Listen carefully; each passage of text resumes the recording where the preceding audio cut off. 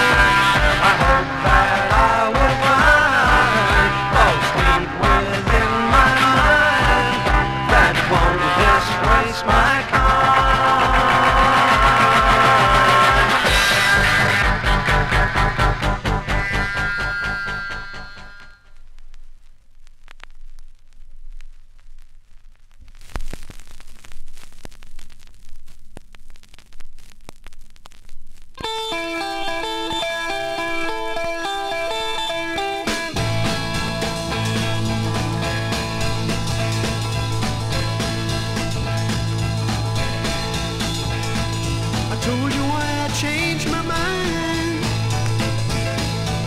I got bored by playing with time.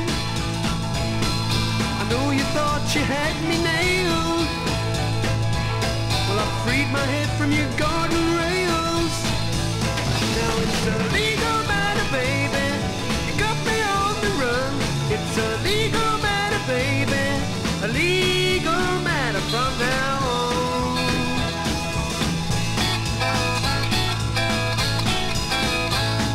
My mind's lost in a household fog. Wedding gowns and catalogs, kitchen furnishings and houses, maternity clothes and baby's trousers. It's a legal matter, baby. Marrying's no fun. It's a legal matter, baby.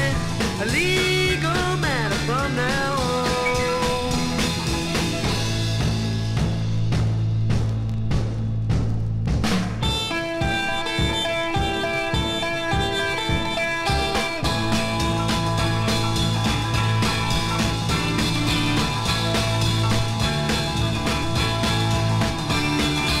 Told you why I changed my mind. I got bored by playing with time. I know you thought you had me nailed.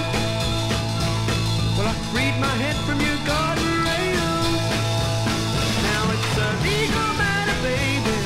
You got me on the run. It's a legal matter, baby. A legal matter from now on.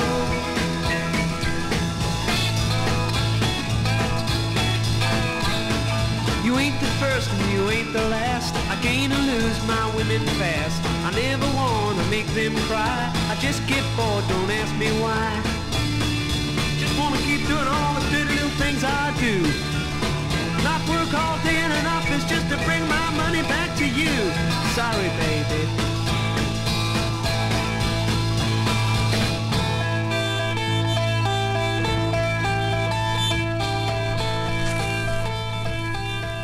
One, two, three.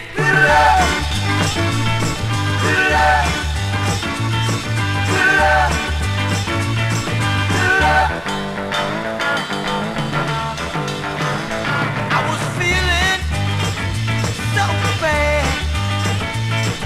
I asked my family doctor just what I had.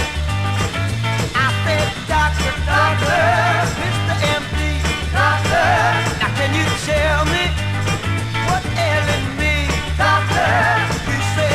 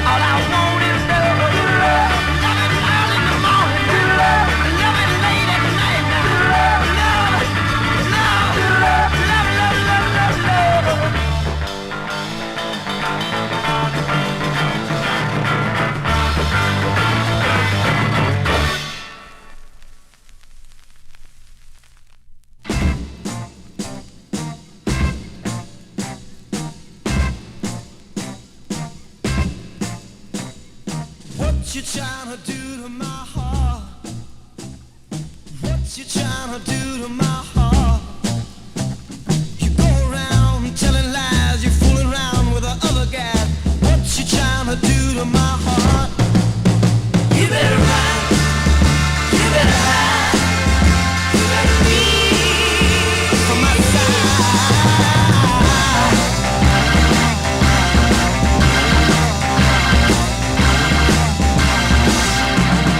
What you trying to do to my soul?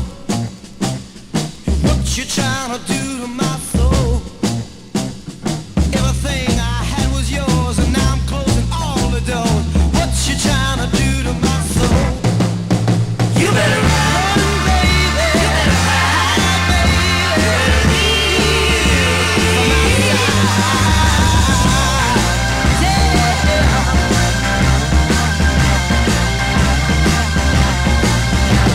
I love you, girl. I love you so. Can't you see it? Don't you know? I can't stand your alibis. You tell me lies and drive me wild. Mercy, no, I can't stand anymore.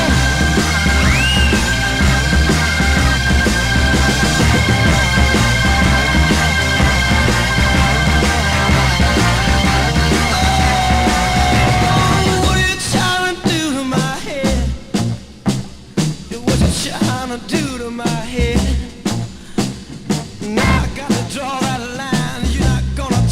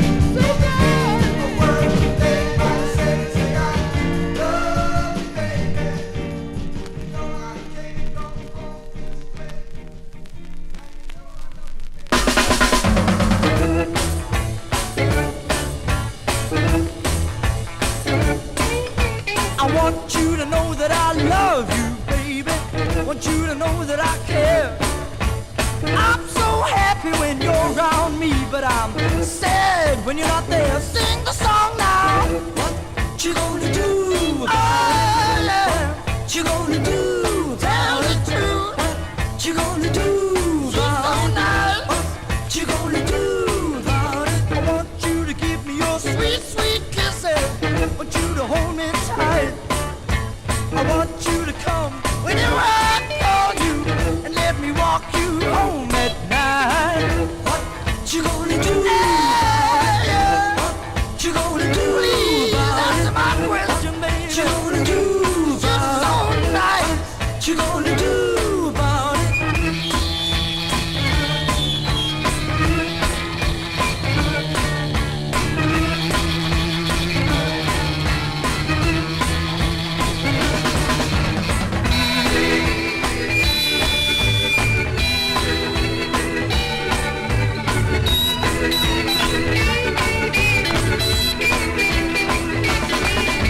I want you to know that I love you, baby. I said this before, but I care. I'm so happy when you're around me, but I'm sad when you're not there. Here they come again. What you gonna do? Yeah. What you gonna do? I'm so crazy. What you gonna do? What you gonna do? Yeah. What you gonna do? What you gonna do about it right now? What you gonna do?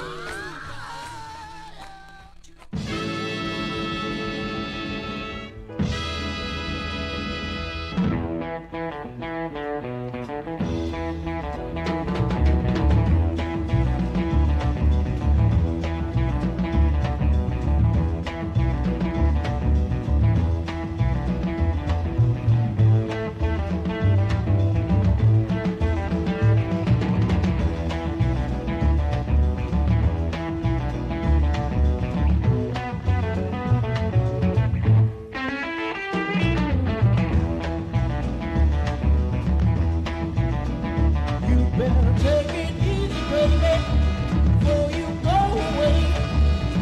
You did me dirty, but you had yours one day.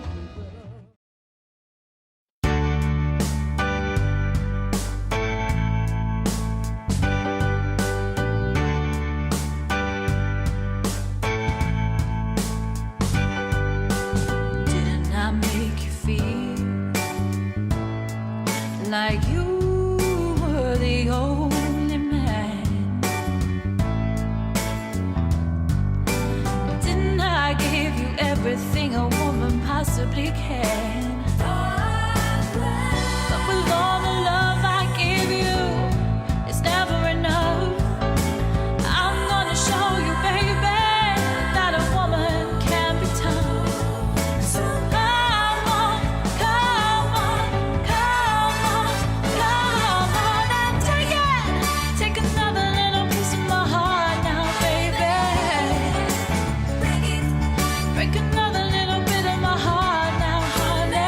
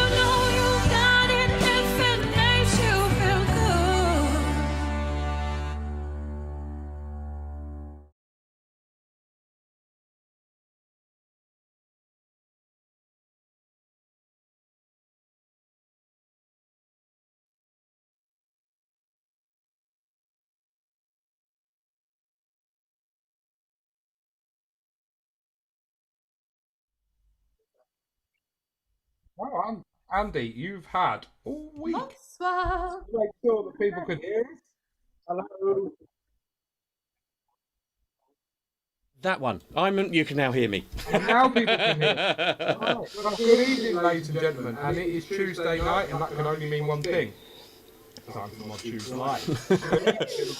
A drink. We're here with Andy, myself, Luke, Jem, who you just heard singing then, and regular collaborator, Mr. Paul Davis. How are we all doing this evening, guys? How are you? Good, how are you? Smashing. Absolutely smashing. So, a bumper show we've got in store for you tonight, which is Quadrophenia theme this week. And we're very much looking forward to it. We have got an interview coming up later with Pete Meadows, who is the author of the book To Be Someone, which is a Quadrophenia sequel book. Very much looking forward to that. He's joining us around about our past, should we say, Andy? We can say that, yeah. We have to be careful with the Quadrophenia sequels. Don't mention that again. Oh, sorry. Yep. It's not a Quadrophenia sequel. Yeah, no, yeah. It's Yeah, just be careful with that. what it says on my notes. Oh, I know, but Sorry, ladies and gentlemen. it's the way you phrase it. You have to be careful, and I'm going to be. Paul knows. whatsoever. No, it's. He was inspired by. Right, let's get that out of the way. Peter wrote a story that was inspired by the characters that are in Quadrophenia, and is if what they were up to now. And there's certain things he is and isn't allowed to say about that, Luke. Right, well, I didn't realise that. Yeah, sorry, mate. I just because a lot of people, including the Daily Mirror, have wrote. Yeah. Even the Daily Mirror and people like the Sun and everybody are calling it, and it just puts lots of people's backs up. So we'll just be very careful. Sorry about that, ladies and gentlemen. This is perhaps why we should be told these things before we go live. Right. Anyway, Well, what I else saw do you we this have coming up? afternoon. Why didn't you think to ask? He is coming up, and when he joins us, you can use the social media to ask him questions. As per usual, all your shout-outs on the social media. Jem is monitoring that for us tonight, so we will read any of those out. Any questions, as per usual, regarding anything that Mod Shoes sells, any stock inquiries, Oh, yeah, any size I should inquiries, put a picture. any of that kind of stuff, will all be answered through the show if you want to know more. So, and obviously the Modmaster quiz, the other thing that we usually have. So, let's carry on with the show, shall we? Yep. What have you got? What have you got for us next, Andy? I think there should be an advert, and then me and this other fella with the glasses, that's not you, the other fella, are going to talk about porkers and things like that, and things like that. It's Parkers or porkers? Oi! Right, we've all been putting on a couple of pounds in the lockdown. Yeah, hold on. Where do we turn that mute button? What's that got to do with it? Yeah. But yes, we are. We're going to talk about Parkers for a few minutes because we are, aren't we, mate? And let's run the advert, as they say, and then we'll get chatting.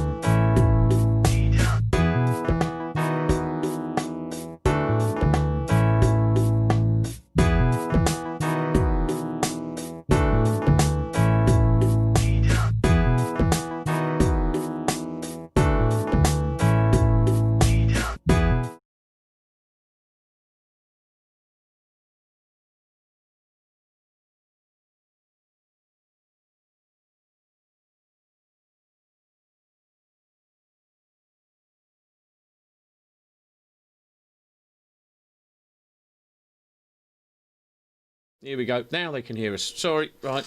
Technical difficulties. Paul, just talk for me. Make sure we can hear you. I'm here still. Ah, Gemma's good, and Luke lights are showing us red as we run through it. Don't they? Yeah, that's fine. On the screen, which I can see now, if you look at your phone going out, there's only me and you. That's all. So, right, it's okay. So, Parker's, Paul. Quadrophenia is full of the things. And I said to you, let's have a bit of a chat about Parker's. When did you get your first one? I was about 15. It's army surplus shop in Woolwich Market in Paraphernalia. Okay. As I explained to you the other day, we were talking about that. Always remember it. Me and my cousin, my mate, come out the shop, 15 years old, got our first Parkers, proud as punch, come outside. Yeah, we got them. Over the road, there's about a gang of about 4 skinheads, clubs. There they are. And toasted us. What a scene on They were a magnet, weren't they? Parker, I'm right. That's why I always remember the day I bought my Parker. And they were like a magnet, weren't they? But best, a bloody great wind sail, really. Because if you try running in the thing, the first thing it does is buff out like that. Yeah. I wasn't even wearing it. It only under my arm. I just bought it. I guess. That was the coming future days. Yeah, and if you tell them that, they won't believe you. Well, let me put the slideshow up so we can carry on talking while there's some pictures of Parker's going up.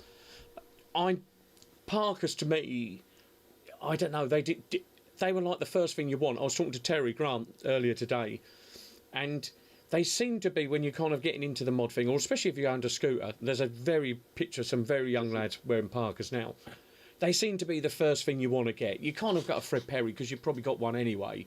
But do you know what I mean? But nothing stamps I'm a mod like a Parker. I used to wear Fred Perry's to school button-down shirts now. Everyone knew I was a mod, but he didn't stand out that much. As soon as I wore off on my green Mac or Carl Parker, as you say, the magnet, woof, you're making it was my, at them days when the music, you're making a statement. Yeah, definitely. I'm just showing a picture of the chords, and he's Billy Preston. Billy Preston didn't play the chords. Billy Hassett played in the chords, and he's wearing one. It's quite unusual because a lot of the bands didn't. I mean, there's a couple of pictures of Weller wearing them, and I think there's a couple. Yeah, not that many though. Not that I know of. No, but do you? I should probably tell you if it is or not. Do you think the Parker was it just an instant thing? Why was it so popular then? Do you understand what I mean? Because it wasn't that. We all read the books, didn't we, when we were young? You see it. Let's be honest. We all sit with the. I still love the finger. When we were kids, we sit with the finger, and it was a massive influence to a lot of us. Yeah. Massively influenced on us, because that's what they were wearing. So you buy that, and that becomes synonymous with. It's not until a couple of years later you get a little bit older you realise that it should only be really for a scooter, but it's synonymous with our movements, even to a point where I say influence. Jimmy always had his epaulette down, didn't he? On one side, right? And even as a kid, we thought, well, that must be how you wear them. So we all took their epaulette down on one arm. That's how much you've been like by the influence. That's how we thought as 14, 15-year-olds. Well, we took the epaulette down. Well, it's true. I mean, on the screen at the moment, there was just been the picture from the Quadrophenia cover, and Jimmy's in the alley. He's got his Parker on. He's got that red jacket. I think. That was like everybody's kind of beacon, wasn't it? Do you understand what I'm trying to say? Yeah, when you're young, you're impressionable. And a film like Quadrophenia, I know the guy about it wasn't structurally right. Who cares? It's a brilliant, the best cult youth movie ever. And seeing that at that age where he was, I was like 14, whether I was 15, probably 14, and you start listening to the Jam, and you see that, and you think, wow, I want to be part of this. Yeah. Brilliant. Yeah, of course you do.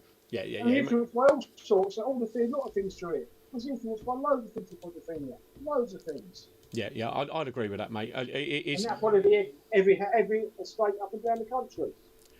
Do you...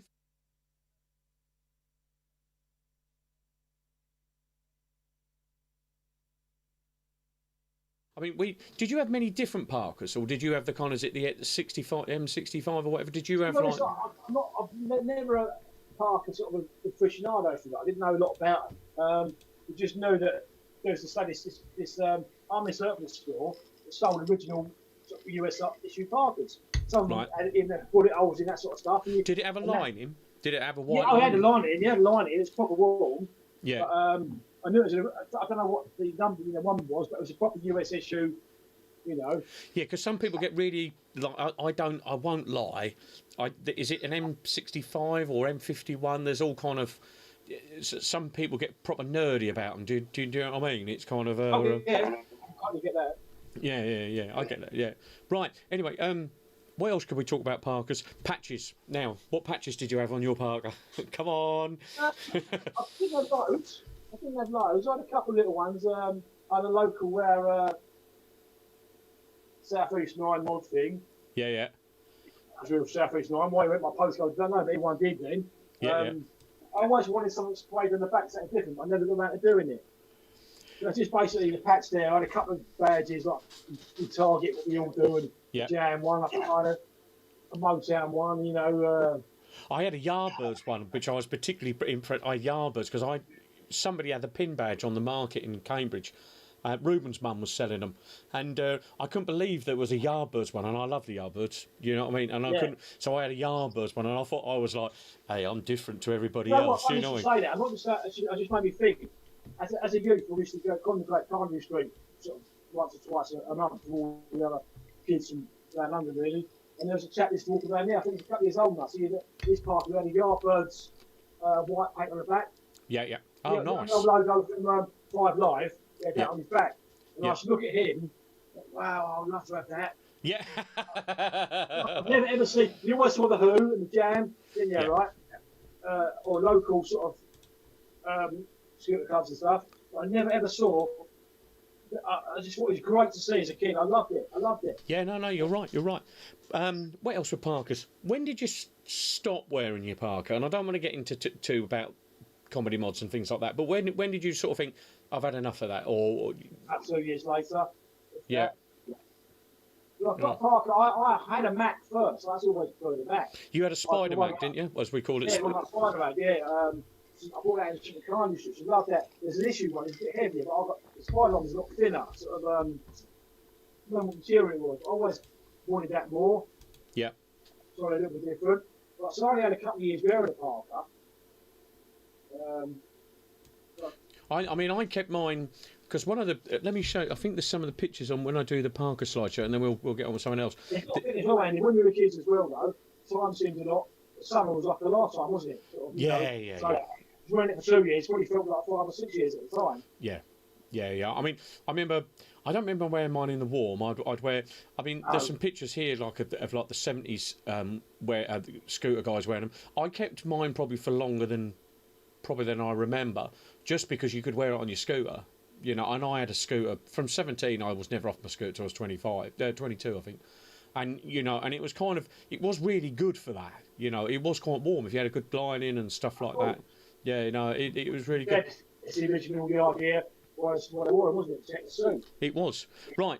Now let's have an advert, and then we'll get back with some social media updates, because no doubt people have been not wanting to unlisten to us, but probably they've got some opinions on Parker. So let's have an advert. Where is he? He is. Oh no, I'm telling lies. We are. Oh, Luke, why is it that I've been doing this show for weeks on end, and I'm no better at it? I would say, but it's pre-watershed. It is. Don't start with C, does it? It might do. It might. Sorry, ladies and gentlemen, but you know, anyone who's been watching us every single week knows it's never going to get any better. Yeah, well, certainly not when I'm doing the controls, because I'm trying to do this. It's really hard to explain, but I've got a computer here with about 1,000 things on it, and to get like that, you see, I keep flicking on and off. There's another reason why this technology is just doing our heads in. Is there any information about anybody want some shout outs, Gemma? Yeah, I've got quite a few tonight, Andy. I've got some requests. Okay, go for it. So, Jill would like Anything by the Small Faces, please. Well, I've had one, but I'll find something else yet. So, Anne-Marie Lewis would like Dedicated Follower of Fashion. Yeah, let's have that on. Yeah? Literally right now. No. Like, Are we getting that? Do you know what? Yeah. Yeah, just run away, Andy. That's fine. Anyway. Yes, it is. Oh yeah, I forgot. I'm not.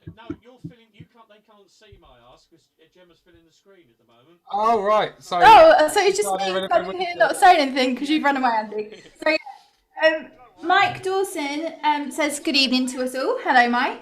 Mike. Would also like all or nothing, please, Andy. So there's another one for you. Who else have I got here? Chris Bell said Barclay's Soulfinger would be much appreciated. That's a good one, apparently. Yeah. Pete Cole says hi from Reading. Hi, Pete. Okay. He'd like the Who My Generation, and he also asked Luke a question. Luke, are you wearing Andy's shirt? I see it literally. I went round to his house earlier today and just totally ignored the lockdown rules and just had a bit of a mooch around his wardrobe. Yeah, that's exactly what happened. No, he didn't. He nicked it from work today. Ta-da! Yeah, I did. Andy, is that one of the new shirts, the Nugabici ones? It is, yeah. If we're gonna talk summer shoes, which you saw the advert just a second ago, you don't know if you guys saw it, but those tops, pair of shorts, pair of the Cortez, have you stole some of them and all, didn't you? Look, he's got every single thing on. He's nicked this afternoon. Just like a walking advert. Purely for Mod Shoes live purposes. Lying little. Well, if you want to explain it just for a second, like, you know, over the like sort of the beginning of this year, back end of last year, I lost loads of weight, and all my shorts were too big for me. And we've been having loads of good weather, so I thought, Andy's got some shorts. So I get some mochi. He's got a warehouse of them. So just a few more shout outs. So we've got Nikki, who sends her love to Kat, Fabrice and Alex, who are watching as well. Pauline is listening from Dundee and she says, Jill and Ellie, where are you? I'm thinking she's talking about Ellie JC, one of our followers. Ellie. Contacts. And finally, Richard Hook was 15 when he got his first Parker. Hey! Wraps it up. How old were you, Paul? I didn't ask you how old you were. I think it probably would have been 15. Yeah, I think I was 14 or I 15. think I think about 14 and about 80, 81. So I would have been about 15 then. Yeah, my mum wouldn't let me. My mum's watching, and she wouldn't let me have one. And I was moaning about it around my granddad's, because I'm his first grandson. He said he's having a Parker, and here's the 20 quid to go and buy it. That shut my mum up. My mum was one of life's great warriors as well. And the fact she didn't know after things that we used to get chased every night by people who don't like us, which is most people. As soon as I got a Parker, you're basically going to get beat up every day. Yeah. So we're going to run to a couple of adverts now, and then we're going to be back with a quiz inspired by the characters from Quadrophenia. We'll see. Here we go. Yeah. Hi. Yeah, I'm Dave Dry. I write about scooters, and I've been a scooter enthusiast for many, many years. In fact, since I was 16. Now you've come to see my own scooter, my own GS160, which you might not like, but you can't ignore. Yes. The motorcycle thing was totally out of the question. In fact, I don't think I knew anybody when I was a teenager that actually had a motorbike. It was that bad. I mean, you hear all this stuff about the mods and rockers. There weren't any rockers, certainly not where I lived. I just didn't get it. And subsequently, we've got this legend of the fighting on the beaches. Yeah, of course it happened, but it was very highly hyped by the newspapers. It's as simple as that. Why this scooter? Well, I was never actually old enough to buy a new GS160. I actually learnt to ride on a 150 GS, which was a total nightmare. The worst performing, worst reliability of any road vehicle, the 150 GS, for a lot of reasons. But when I had enough money to buy a new scooter, I went to Eddie Grimstead's, and the SS180 had come out, and I didn't like it, so I got a Lambretta SX200, which... It's a pretty good scooter, though. Pretty good, yes, and faster than the SS. So, is the scooter and the clothes and everything totally interlinked? I think it's cause and effect, really, yes. This is one of the things, it's to be seen, isn't it? I mean, another thing about owning a motorbike, what's the point in doing 100 miles an hour? Nobody can see you, can they?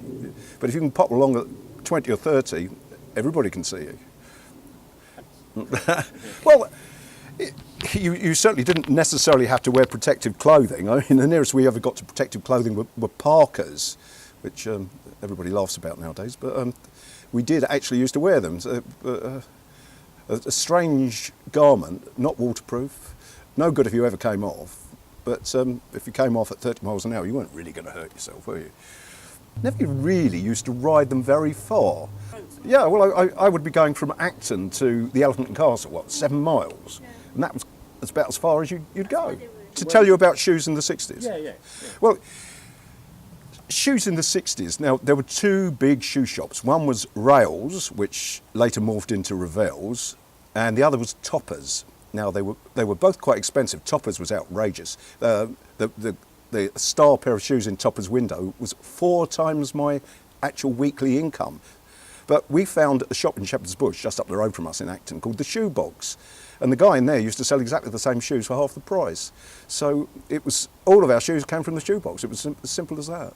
And did you have some favourite shoes? Is there anything you recollect? I had a really beautiful pair of lace-up basket weave black shoes, which were wonderful until you wore them in the wet. But, and twist shoes. Twist shoes were a variation on cycling shoes because some of the kiddies actually wore cycling shoes. They had heels put on them, and because they had a chisel toe, they were copied and they were called twist shoes. And there was a further variation on that where the heel was cut off at 45 degrees and they were known as driving shoes, but they were effectively twist shoes with the heel chopped off at 45 degrees. Cycling shoes, let's say you were earning £5 or £6 a week, cycling shoes cost you £15. And you weren't supposed to walk in them either because they were supposed to be stiff to help you transmit the power from your feet. Because the other thing about the mods, a lot of them were cyclists. They had the cycling jerseys, which became a mod fashion thing. And as I say, even the shoes. But the shoes weren't supposed to be used to walk in. Good man. If you were here for very long, you would hear all my old jokes. You know? Well, we probably... No, that's good. As Carol would say, I've stopped laughing at your stupid jokes. I think we're all on. We are all on. Can they hear us? Talk for me, somebody. Hello. Hey, we're all here. We're joined now by 2 more people as we are about to play our Mob Master. Shag, I didn't do that, did I?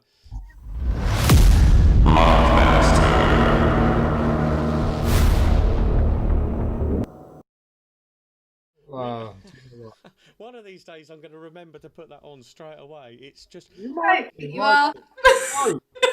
It's time for Mob Master, and those who have been following at home will pretty much know the rules. And we are joined by Ian and Jonathan to play tonight's Mob Master. So, for those who don't know the rules for Mob Master, each contestant will have 10 questions. Contestant 1 does his 10 questions. Contestant 2 their 10 questions. First question worth 1 point, second question worth 2 points, and so on up until the 10th question, which is worth 10 points. And the winner of the round will go through to the 3 in 15. And we are going to, this time, live on air. We usually do this in advance, but not tonight. We're going to throw a coin to see who's going to go first. And we will let Ian, as you were with us first, you can... I'll go first, shall we? Gem's going to flip the coin. Ian, would you like heads or tails? Heads, please. Ooh. It is heads. So, Ian, would you like to go first or second? Yeah, I'll go first. Has anyone got 0 out of 10 before? Because I think this No, is never happened. You're not allowed to get 0 out of 10, even if you're on the last question. You're also not allowed to go to a tie break either. So, as we haven't got any questions prepped, so but we won't say that. Oh, Ian, you can go first. Are you ready for your questions? Right. So, question 1, Ian. What make and model of scooter does Jimmy ride for most of the film? GTS 175. It's unfortunately incorrect. It's a Lambretta Li 150. Oh, bollocks, of course it is, sorry. I told you, I am... No swearing if you please. We are before 9 o'clock. Question 2. What is Toya's character name in the film? I told you I'm shite at this. Hang a minute. No, it's not. No, it's not. No, it's not. It's. I don't know. Sorry, I'm rubbish. I'm sorry, guys. Well, it was Monkey. Monkey, of course. But chance for a bonus point. Where does she work? Hairdressers. No, it was chemist. Don't you remember, Ian? In the film, she goes. Hey, and you do you know forget what it is, right? I'm not making this. My memory is shocking. Let's get the quiz out of the way, Andy, and then you Go on, then. then you can do your berating. Go on, then. Question 3. What year did this mod-inspired film, beginning with Q, start filming? 1979. It was 1978, I'm afraid, Ian. Bit close. Do you have a chance for a bonus point? Where did filming begin? Brighton. Is correct. Question 4. Hey! Question 4. Which famous mod revival band auditioned for the film? I've got no idea. You're gonna kill yourself. It was the Chords. Oh, wow. At the time, they were known as the Action. I should have read the book that we printed, shouldn't I, really? No. Question 5. How much is the fine for the ace face in the court appearance? £3. 75 nicker. All right, okay. Question 6. I'm rubbish, and I told you, Andy. I told you earlier. You've got 1 point, Ian. You've got our 1 point, so don't worry. Nobody goes away empty-hearted in the Mobmaster quiz. Question 6. On the accompanying soundtrack LP, there are obviously the tracks by The Who, but name any one of the songs on it not by The Who. I know all these answers. Why don't I haven't got a clue. I really haven't. Just say So, something. Not a single one. Have a guess. It plays in the ballroom when he's dancing. Green Onions by yeah. Green It's correct. Green Onions. 6 points for you there, Ian.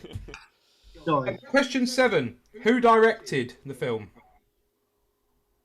Rodden.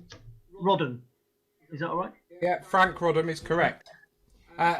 Well, this isn't a bonus point. This is simply a brownie point for just to see if you know. Wouldn't count on me on that. Which very popular BBC programme did he then come up with?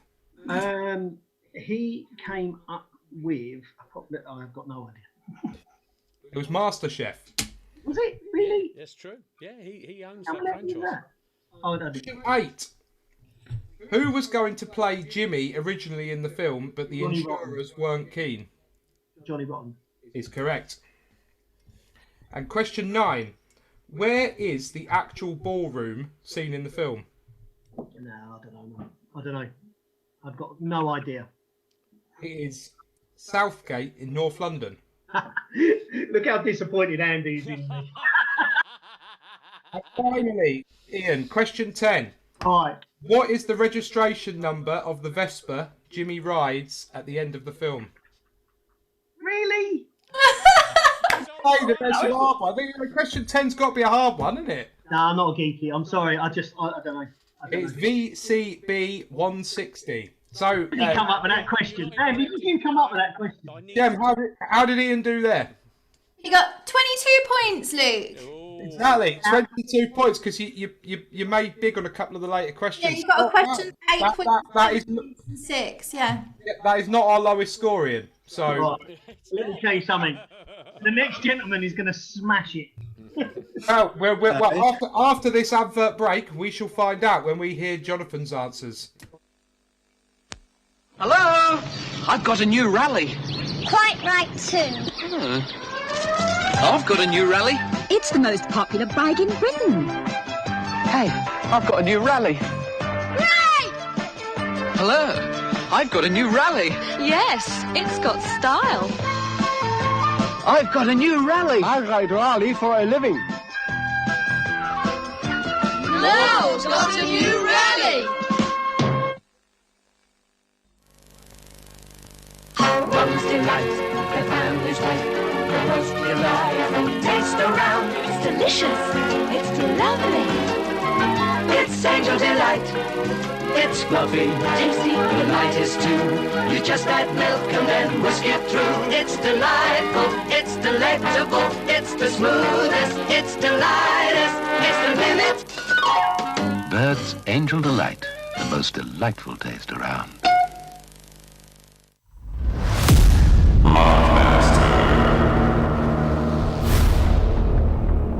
Ladies and gentlemen, we're about to have another round of questions from Jonathan. Are you ready for your questions, Jonathan? Yeah, I'm ready. Right, well, let's take it away. Question 1. Which band wrote the music for the film? The Who. Is correct. What is Leslie Ash's character's name in the film? Sorry, what was that? What is Leslie Ash's character's name in the film? Beth. Is correct. And for a bonus point, where does she work? She works in the supermarket. That's correct. Question 3. In which part of London is Quadrophenia mainly set? Shepherd's Bush. Is correct. Question 4. Name the band that play high heel sneakers in the film. Cross section.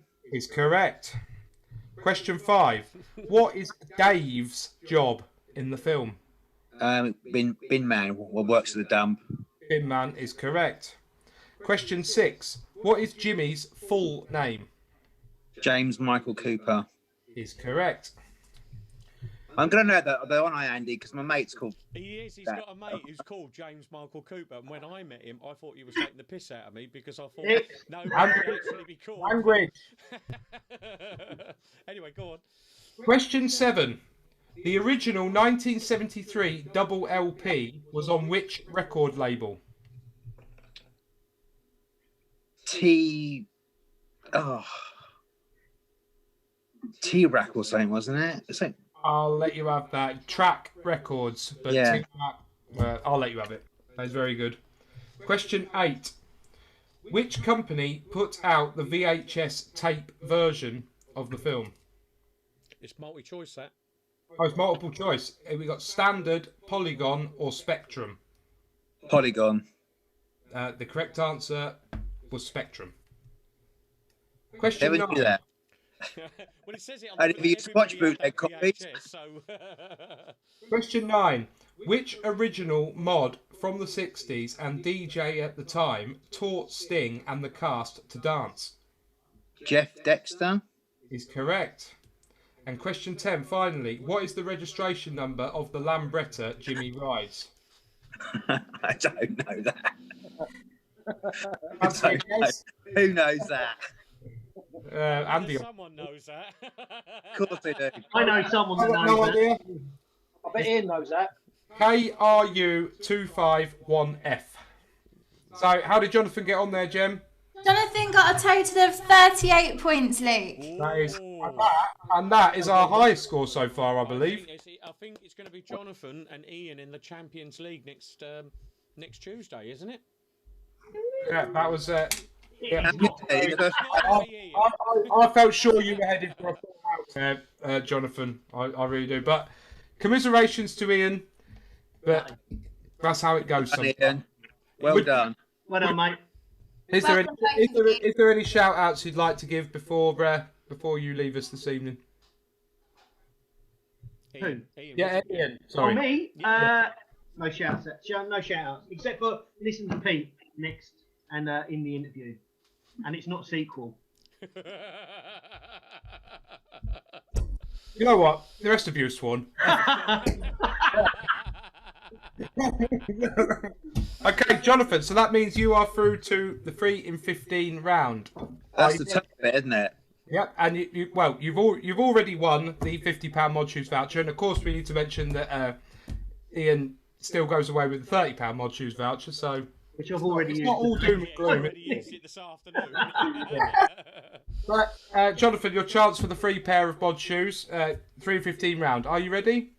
Here goes. So, we would like tonight 3...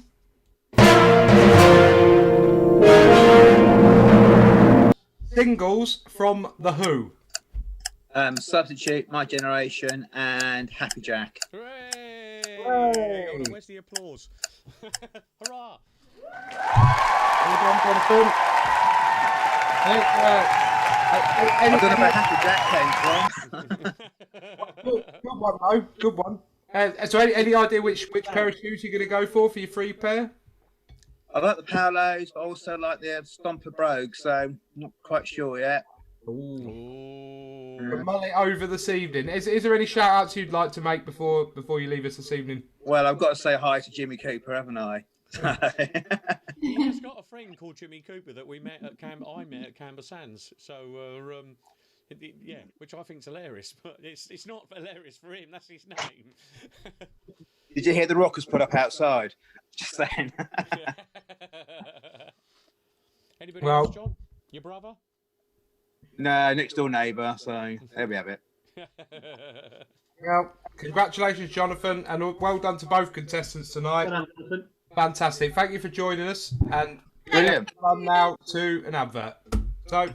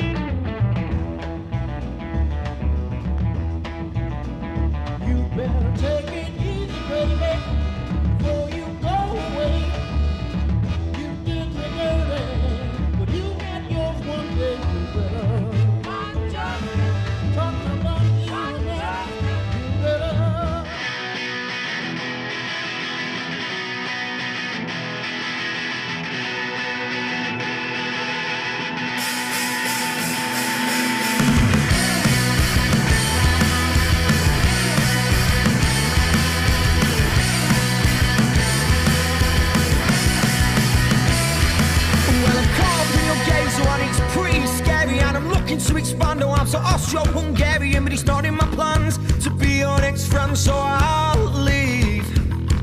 And our eyes meet in the middle, and I finally start to doubt you, and I take a step closer, and I start to doubt myself too, but it's not in my plans to be your next friend, so I'll leave. And I'll force myself to say no, oh, I'll force myself to say no, oh, I'll force myself to say no, to save my life on the streets of Sarajevo, Sarajevo. And it's all I want, I feel it coming. Sarajevo, Sarajevo. And it's all I want, I feel it coming.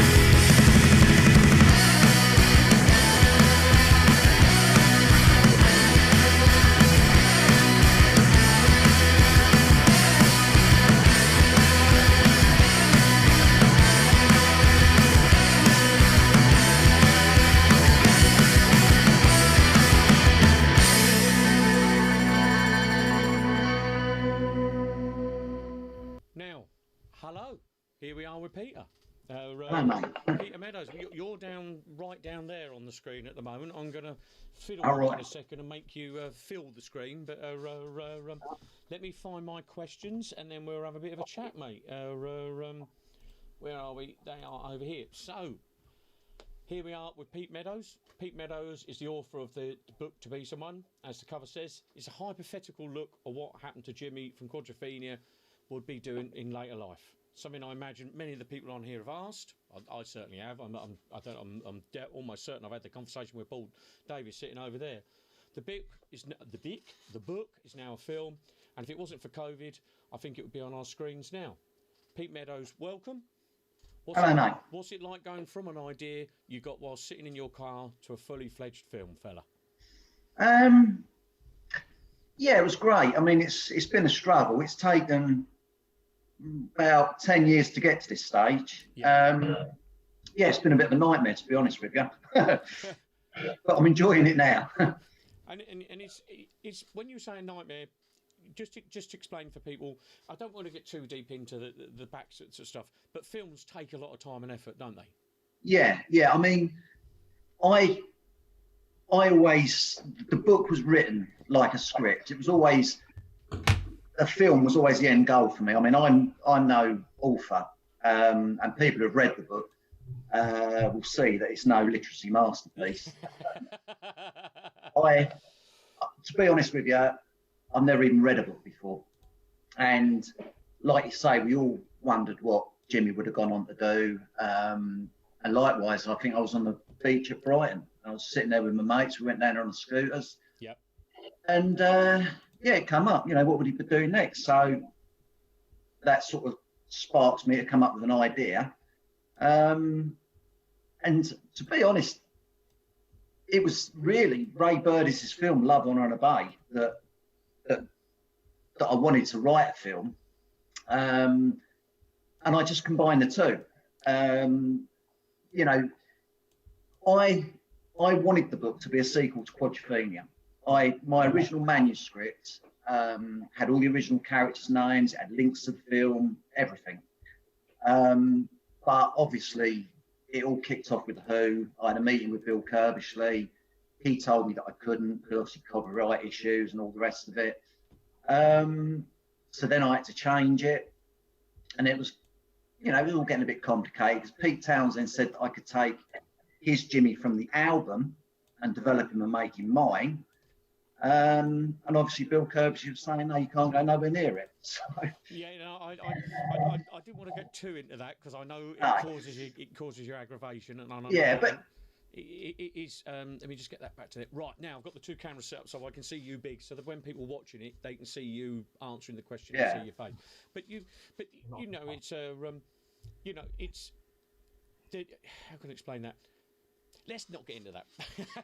No. It's just that, like I say, the whole process has been a bit messy, and to be honest, I think it's changed for the better. And because so that's a good thing, though, isn't it? Because Rains took it and developed it with you. So does that feel good for you? Oh, absolutely. Because if it wasn't for me watching Love, Honour and Obey, I would never have come up with the idea for a film. To be honest with you, I couldn't understand how a film that everyone loves, no one's heard about. So I wrote the book in the style of that film, hoping that Ray would like it, and that's how. Harassing him. But he's a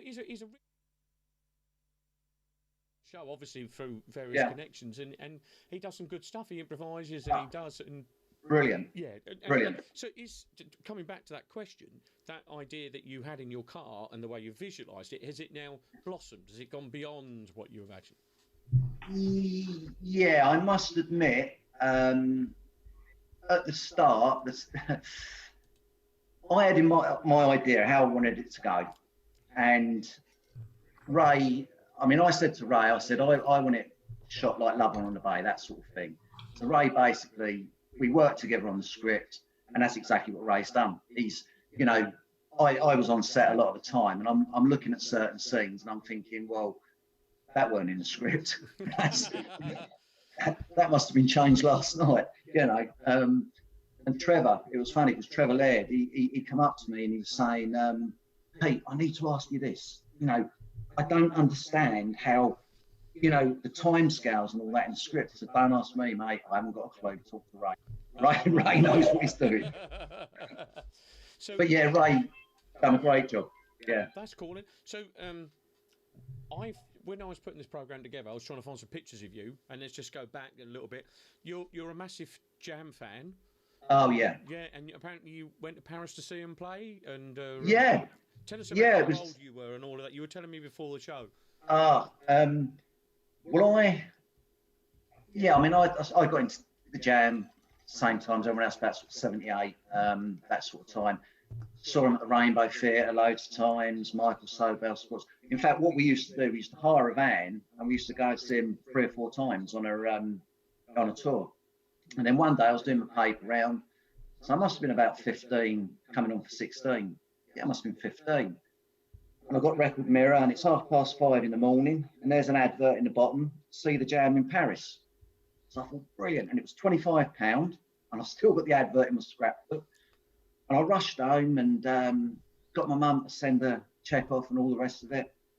And I ended up, I think there was meant to be 250 tickets sold. In the end, I think there was about 500 people went over in the end. But yeah, I was probably at 15. Oh wow, Yeah. that's Yeah. to go when you're 15. You Oh, know, yeah. is Paul. I mean, Paul, did you ever see the Jam?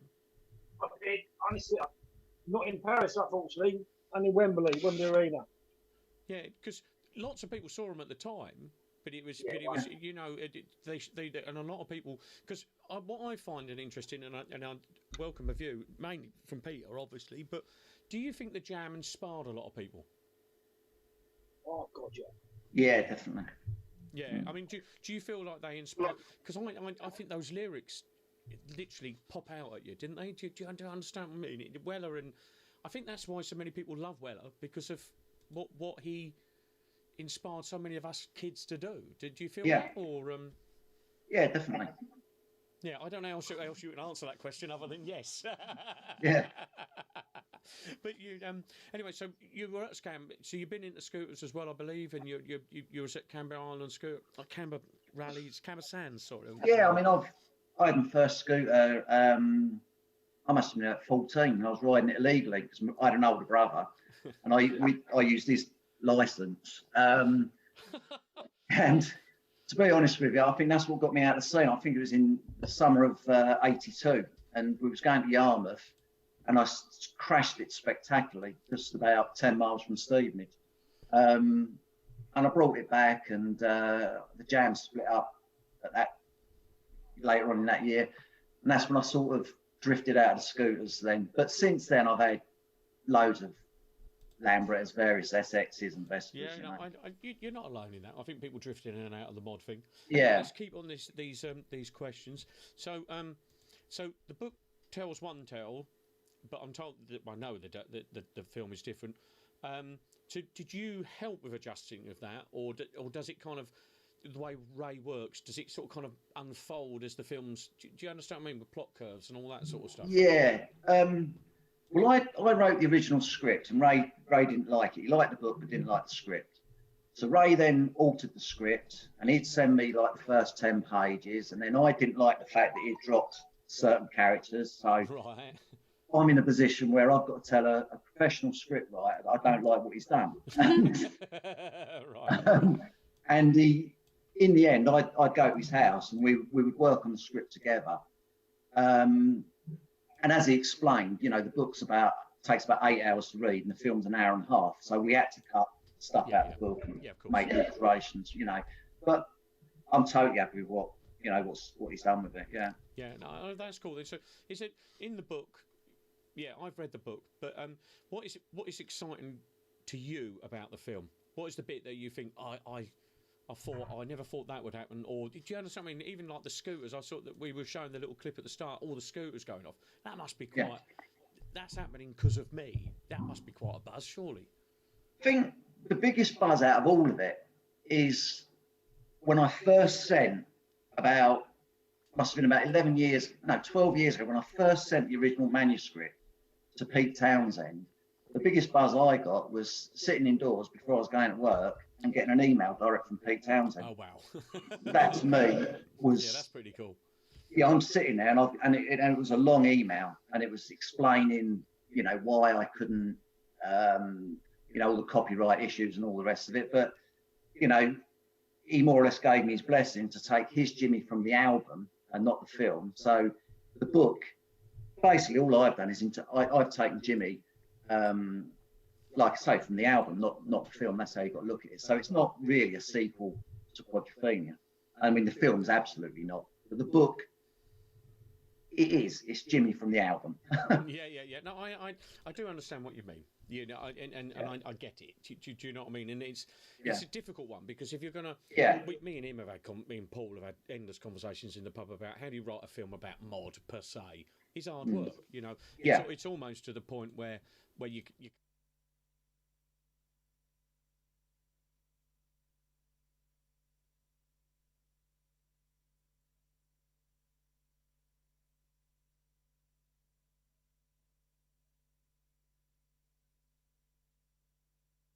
boring. No, of course you don't. No. See, you've got to put a story to it. Yeah. The same And- thing they did with the Northern Soul film. But Yeah. But talking about Sorry, I mean, to be honest with you, the film isn't to be taken serious. It's light-hearted. It's a feel-good film. It's, you know, I've no doubt there's going to be anoraks and the mod hierarchy out there will probably pull it apart because one of them's not worn this or one of them's not one. It's not that kind of film. It's a light-hearted, fun film. Yeah. That's how, you know, it's just not to be taken too serious. It's fun. Yeah, you know? I get that. But anyway, clothes. Getting Yeah. the right. You had some of our shoes in the. Yeah, terrific. And I'm wearing a pair now. Good man. From the film. I can see you've got one of the Gabici tops like we sell on as well. You know what I mean? Oh yeah, I love them, mate. Love them. Yeah, they're nice. So what? Obviously, there's going to be some that say about the film, but I mean, was it important to you to get the clothes right and all that? Oh, absolutely, absolutely. In fact, yeah, there was a little bit. I mean, the clothes. It's like Adams of London. You know, always got the suits from there, and it's a no-brainer, really. You know, to use their suits. Yeah, I think the clothes, getting them right was. Yeah, I think we got that spot on. Yeah, no, I get it. You know, I've been. And yeah, so what else we got here? So, plans for the future. The film's going to come out at some point, but what after the film? Well, there's part 2. There's To Be Someone 2, a second book, and people who have read it. You know, I remember Eddie Webber, who was in the film. He plays Ginger Nick. He read it when I first come out, and he said it's got more film potential than the first one. Okay. It's so what I'm doing at the moment is a lot of people have said that the book would make a good mini-series, a TV series, and we've had interest. So what I'm doing now is I'm breaking the book down into 12 45-minute episodes. So I mean, that's pretty cool, mate. yeah, I mean, I'll be honest with you, I'm just as excited about that as I am the film. I've been working on this solidly since Christmas, and I've done 8 episodes now, and it is really close to the book. Right. Okay. The film is very loosely based on the book, whereas the TV series will be very close to the book. Okay. Yeah. Right, And then once I've done that, obviously, I'm hoping to start writing the script for To Be Someone 2, probably around August time. Okay. And then again, it'll be the same sort of thing. Ray will put his magic to it, and there you go. Yeah, no, that's cool. It's all cool, fella. Well, I don't know what else I need to ask you. We'll hang around for a little while. We're gonna play some. What we got next? We got some. Andy? Yes, go for it. Sorry to interrupt. I've got a question from the audience. Yeah, I'm sure Pete will be fine. Yeah, Pete. Hello. Good evening. Hello. So Peter Cole asks a question for Pete. Do you see yourself in any? Do you see Jimmy in any of yourself at all? Yes. Yeah. Probably not in a good way. I can relate to the mental side of Jimmy, so that's not a good thing. But I think we can all relate to Jimmy in some way. And to be honest, when I wrote the book, because I've never read a book before, I didn't have a clue. So I had to really get inside his head and try and become him. So yeah, there's a lot in there that's me. Yeah, definitely. Yeah. Thank you. I think, but it's true though. You know, it's when I used to write songs. I don't know about Luke, but a lot of the songs I used to write, I used to see little movies in my head. Yeah. You know, and that's quite. It's just the way it used to come out. You know, I'd see the video. And is that how you write? Is that your style? Or? Oh yeah. I mean, I sit there. I've got a camper van which I use as my office, and I sit there, and I have to completely zone out, and I actually visualize. I mean, the thing is, because I've mixed with mods, because this is my life. It's easy to do. I can, the typical conversation of 5 blokes in a pub. It's easy to put down in a script for me. I've sort of lived it, done it, sort of thing. But yeah, it's yeah, I completely zone out, and I love it though. You know. That's cool. That's cool. Well, look, we need to get on with some the show, Pete. For now, thank you. Hang around. We're gonna. Yeah, I will do. We've got to do a few things. We might. We've got to play some music and do some bits and pieces. But we'll perhaps hang around after 9 o'clock. Yeah. And if it's any more questions, then we'll let people jump. Yeah, in. no It's problem, all mate. right. It's all right. Right. So I'm gonna go. They can't see me. I need to press that button. Right. We're gonna. Is there anything? Any other social media updates, guys? Before I move on. A little bit. Do you want me to do them now, Andy? Yeah, go for it, and then I'll play the next tune. So we've got Jill that says hi to all, and she's getting real techo now with all this Facebook stuff. So I guess she's just learning about streaming like we are, Andy. Yeah. She's loving the banter. Lee requests something by the Chords, please, Andy. Oh, right, yeah. Pauline said, "Geez, I remember that ad." So I'm guessing you must have played an ad, Andy, in between the Mod Master. Yeah, no, I played a rally ad with Noel Edmonds, and I played the Angel Delight advert as well. So, which is Bringing back memories there. Yeah, too right. Mark Delaney says he loves the Chord boots, which are behind your head. Yeah, And there'll be some more of those in because Paul that way is no that way. No, why can't I do this? He wants a pair. There's more. There's 100 on their way. And he says hello from Leeds Soul Collective. So hello, Mark. And that's it. Tim says good evening. Sorry he's late. Tim, if you did miss a little bit at the beginning, you can always watch it back. You just need to find the link that Andy will put up after the show, and you can watch it back. All right. And yeah, sorry. Lastly, Andy, just Tina Woodcock. She's a little bit late. But she did catch the end of Mobmaster, and she thinks she still holds the wooden spoon for the worst score. Oh, bless her. Yes, yeah. However, Tina, you're a great sport, and we're loving all of the photos that you're putting on the contacts page as well. I'm watching. Oh, bless her, she does actually. She watches Thanks, that. Tina. Yeah, that's cool. Right, let's have a couple of. No, what we're going to go to now is Tune of the Week. Luke, it's The Men. Yes, brilliant. Brilliant Swedish mod band. Let me see if I can put that up over the top of us.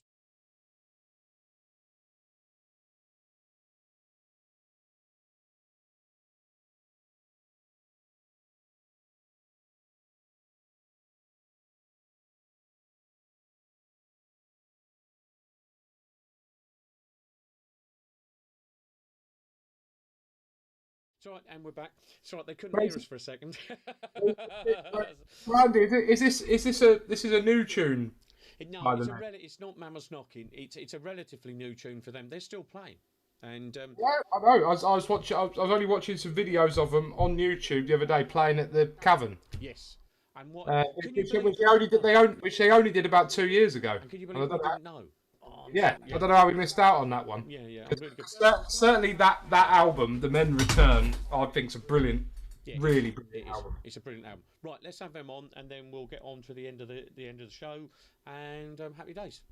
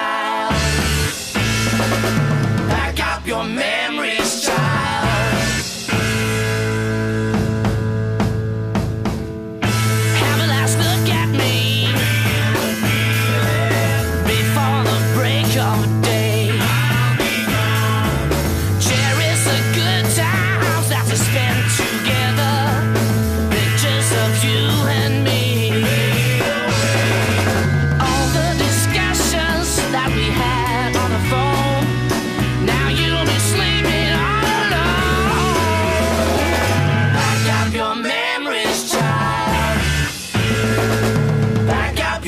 memories, child. Like in a fairy tale, I'm coming back again, just like a genie of a lamb. I'm back your memories, and I'll be there for you. I'll be your ticket to the past.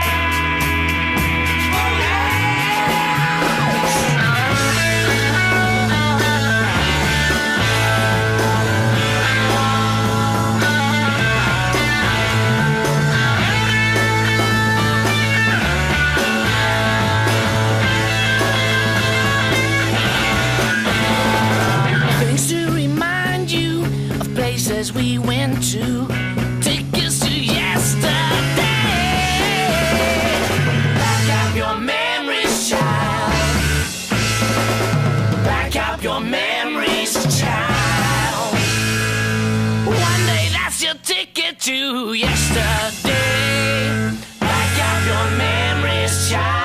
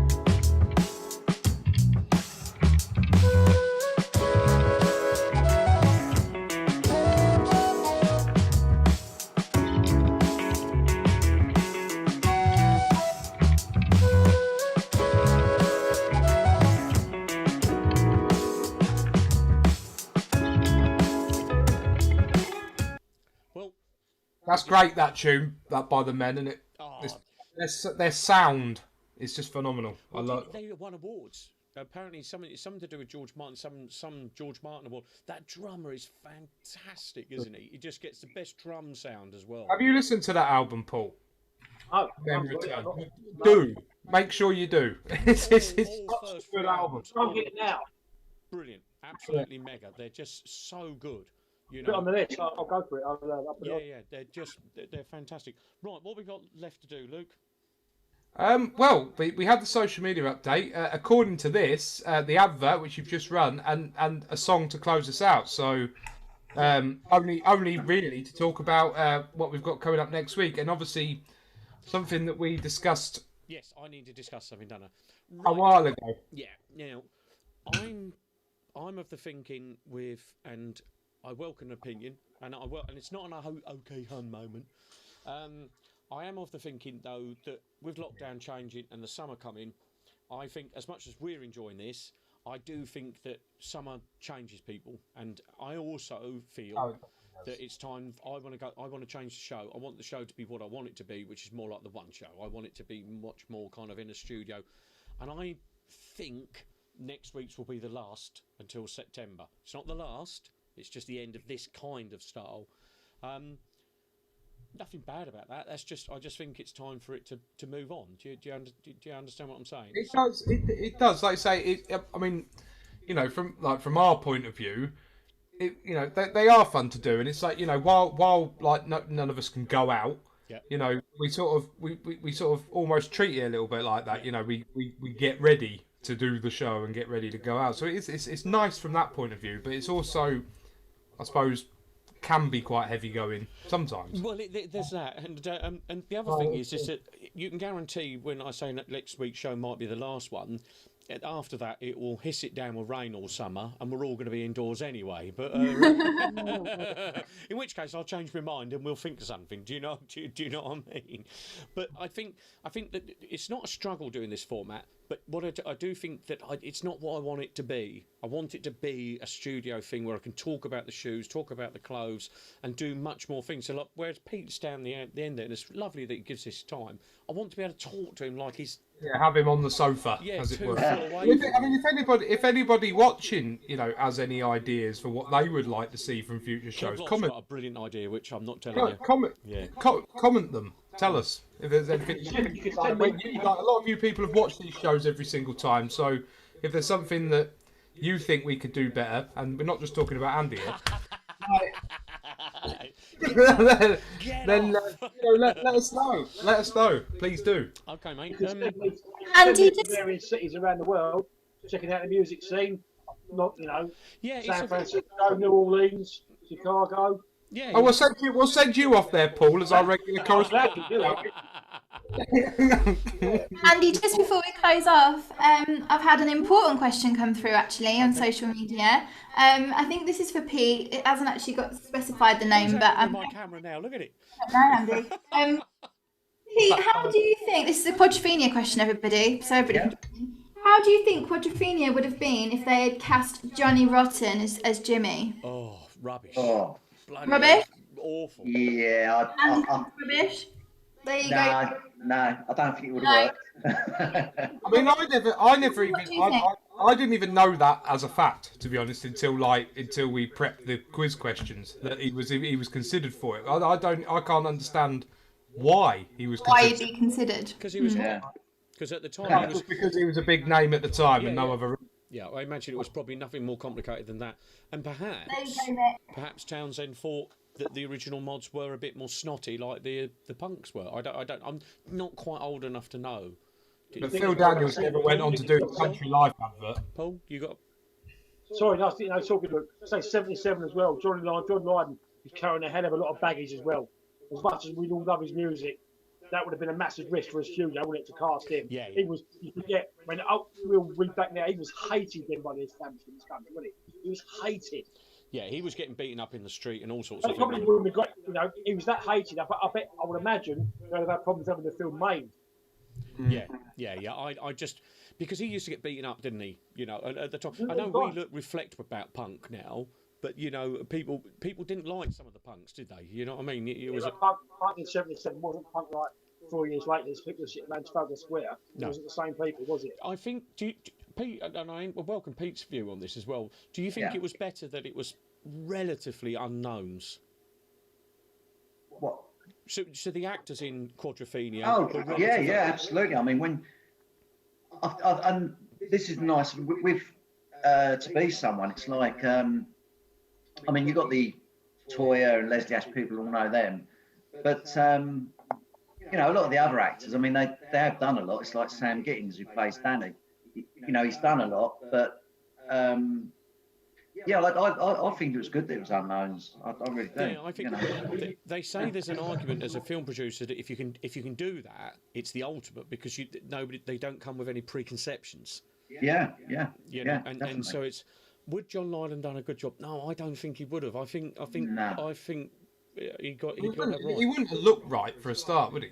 Like, I know they could have made him up and changed his hair and put some clothes on him, but I just can't picture it. You also see people of our age group as well being influenced by Quadrophenia. Phil Daniels is so what's the word with that character? What I'm looking for, he is. But he's a good actor. He's a great actor. Oh, he's rather when he was he's proper trained, wasn't he? Yeah. He's so synonymous with that character. You can't see someone else doing it, can you? No, and it's interesting. Did you watch the thing when they did it on Sky? And he was he reread the script with Leslie Ash, and he did the fuck off Jimmy. It's gone 9 now, isn't it? Fuck off, Jimmy. Fuck off. And the pair of them did that bit, and it was like, fucking hell, how good they've grown as actors, and they did that sequence, and it was, you were like, I was watching, I was thinking, Jesus, they look like they're having a proper row. All those characters, as you say, they're all unknowns at the time, but they all come on to be. They're all household of British TV, aren't they? Yeah. They're all, what's his name? Philip Davis, Chalky. He's in loads of stuff. Chevalier pops up here and everywhere, doesn't he? Yeah, Obviously, Chalky is massive. Chalky does the Yeah. voiceover on lots of TV. Davis, Right. yeah. But anyway, let's get. I need to mention who's on next week's Well, show. we also need to say, like, Yeah. Pete Cole has commented on Facebook about a suggestion for the future of the mod shoes. Yeah, it's a good one. Go round to Luke's to do any interviews on his trampoline, and that's got me slightly worried that he's peering over my fence right now. How does he know you've got a trampoline? That's because he was watching on Saturday, Luke, and you said about Leo being on the trampoline instead of watching you. Ah, right. Oh. I thought you were getting all stalker on me. You know, it wouldn't be the first time. Sorry, Andy. Coming up next week. So next week, possibly is going to be the last one, almost probably, because I could do with a break for summer as well, because I've got other stuff to get on with for a little while. Next week we have got, and this has took quite some doing. I've got Billy Hassett from the Chords coming on. Now Billy doesn't do many interviews. No particular reason. There's nothing bad there. One of the reasons is he lives in Japan. So I've got to get up at 7 o'clock in the morning to record the interview with him, to get him to do it. And he's going to talk about Parkers, which is one of the reasons why I talked about it. And he's going to talk about his love of the Monkeys and various questions about that. There's going to be some chord stuff, obviously. He's friends with the Undertones. He knows all them. And he is a really nice bloke. If you ever meet him and you get the chance to have, like, even 10 minutes in his company, which I have, luckily, 2 or 3 times. And I did with you at the London group. Yeah, he is one of life's nice guys. And I'm so pleased. You do not know how much of a Chords fan I am. I'm a huge Chords fan. And to get Billy on is just mega. You know, it's beyond brilliant. So we, though, are going to end this show with something where Gemma's going to strip off. So with that, we're going to play that. Ba ba ba ba ba baran. Ba ba ba ba ba baran. Ba ba ba ba ba baran. Ba ba ba ba ba baran. Ba ba ba ba baran. You got me rocking and a rolling, rocking and a reeling, ba baran. Ba ba ba ba baran. I went to a dance looking for romance. Saw Barbara Ann, so I thought I'd take a chance. Barbara Ann, Barbara Ann. You got me rocking and a rolling, rocking and a reeling. Barbara Ann, Barbara Ann. Ba ba ba ba Barbara Ann. Ba ba ba ba Barbara Ann. Ba ba ba ba Barbara Ann. Ba ba ba ba Barbara Ann. You got me rocking and a rolling, rocking and a reeling, Barbara Ann, Barbara Ann.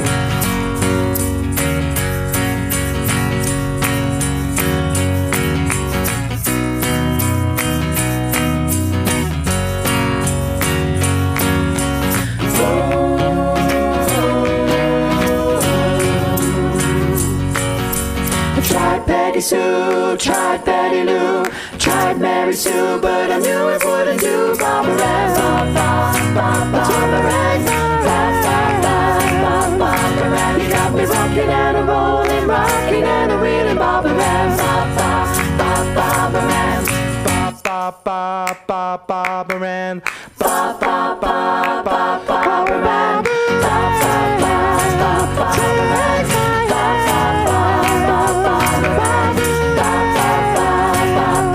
Ann. You got me rocking and a rolling, rocking and a reeling, Barbara Ann, Barbara Ann, Barbara Ann, Barbara Ann, Barbara Ann, Barbara Ann, Barbara Ann, Barbara Ann, Barbara Ann, Barbara Ann. You got me rocking and a rolling, rocking and a reeling, Barbara Ann, Barbara Ann.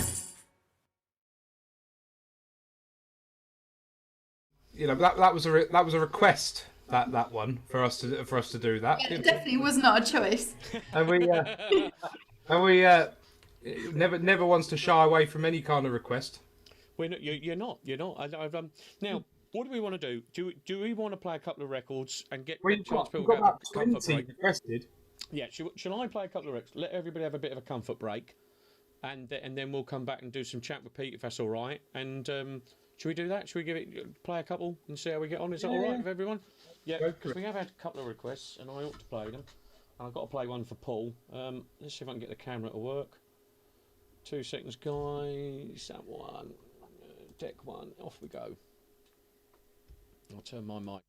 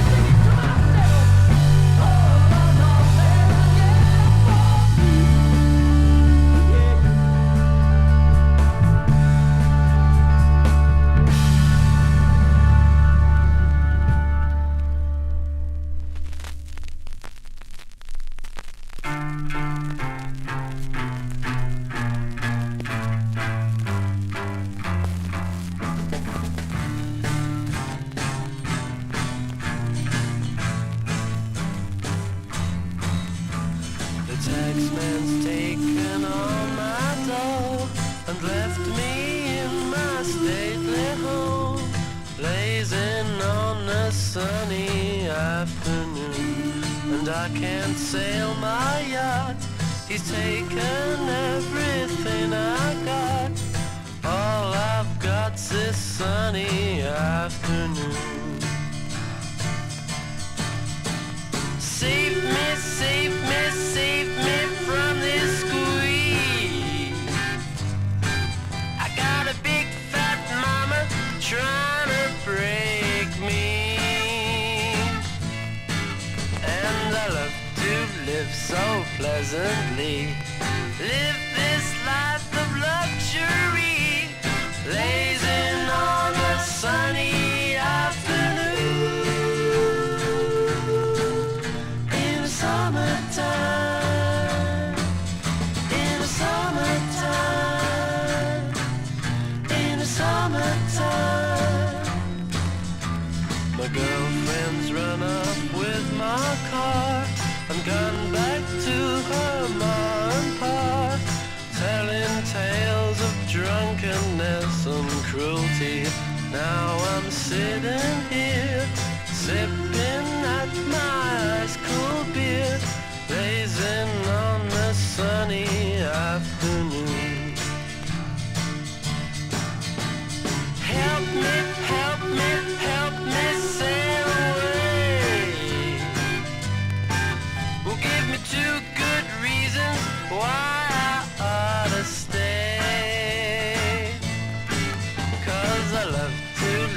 so pleasantly.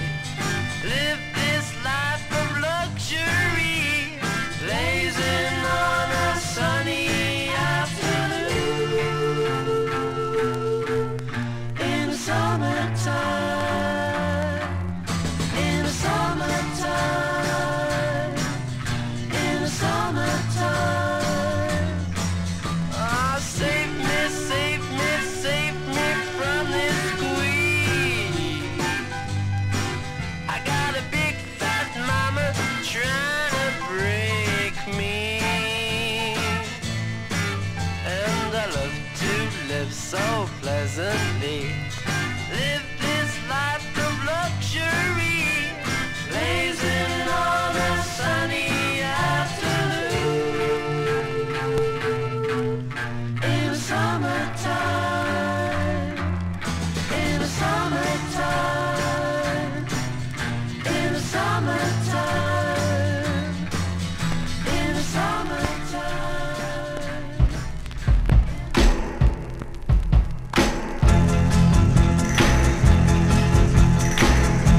The night we met, I knew I needed you so. And if I had the chance, I'd never let you go. So won't you say you love me? I'll make you so proud of me. We'll make them turn their head every place we go. So won't you please be my little baby?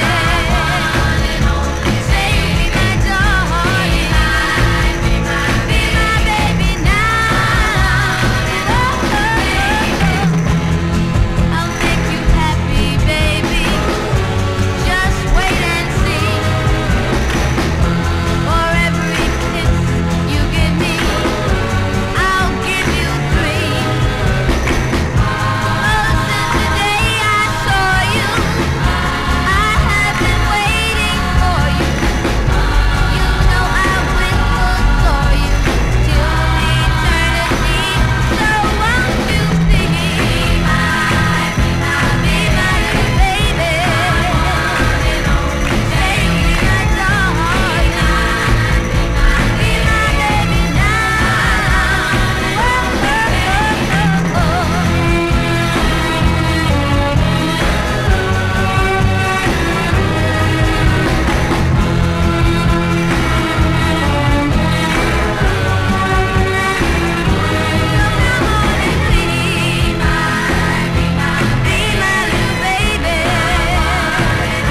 Say you'll be my darling. Be my baby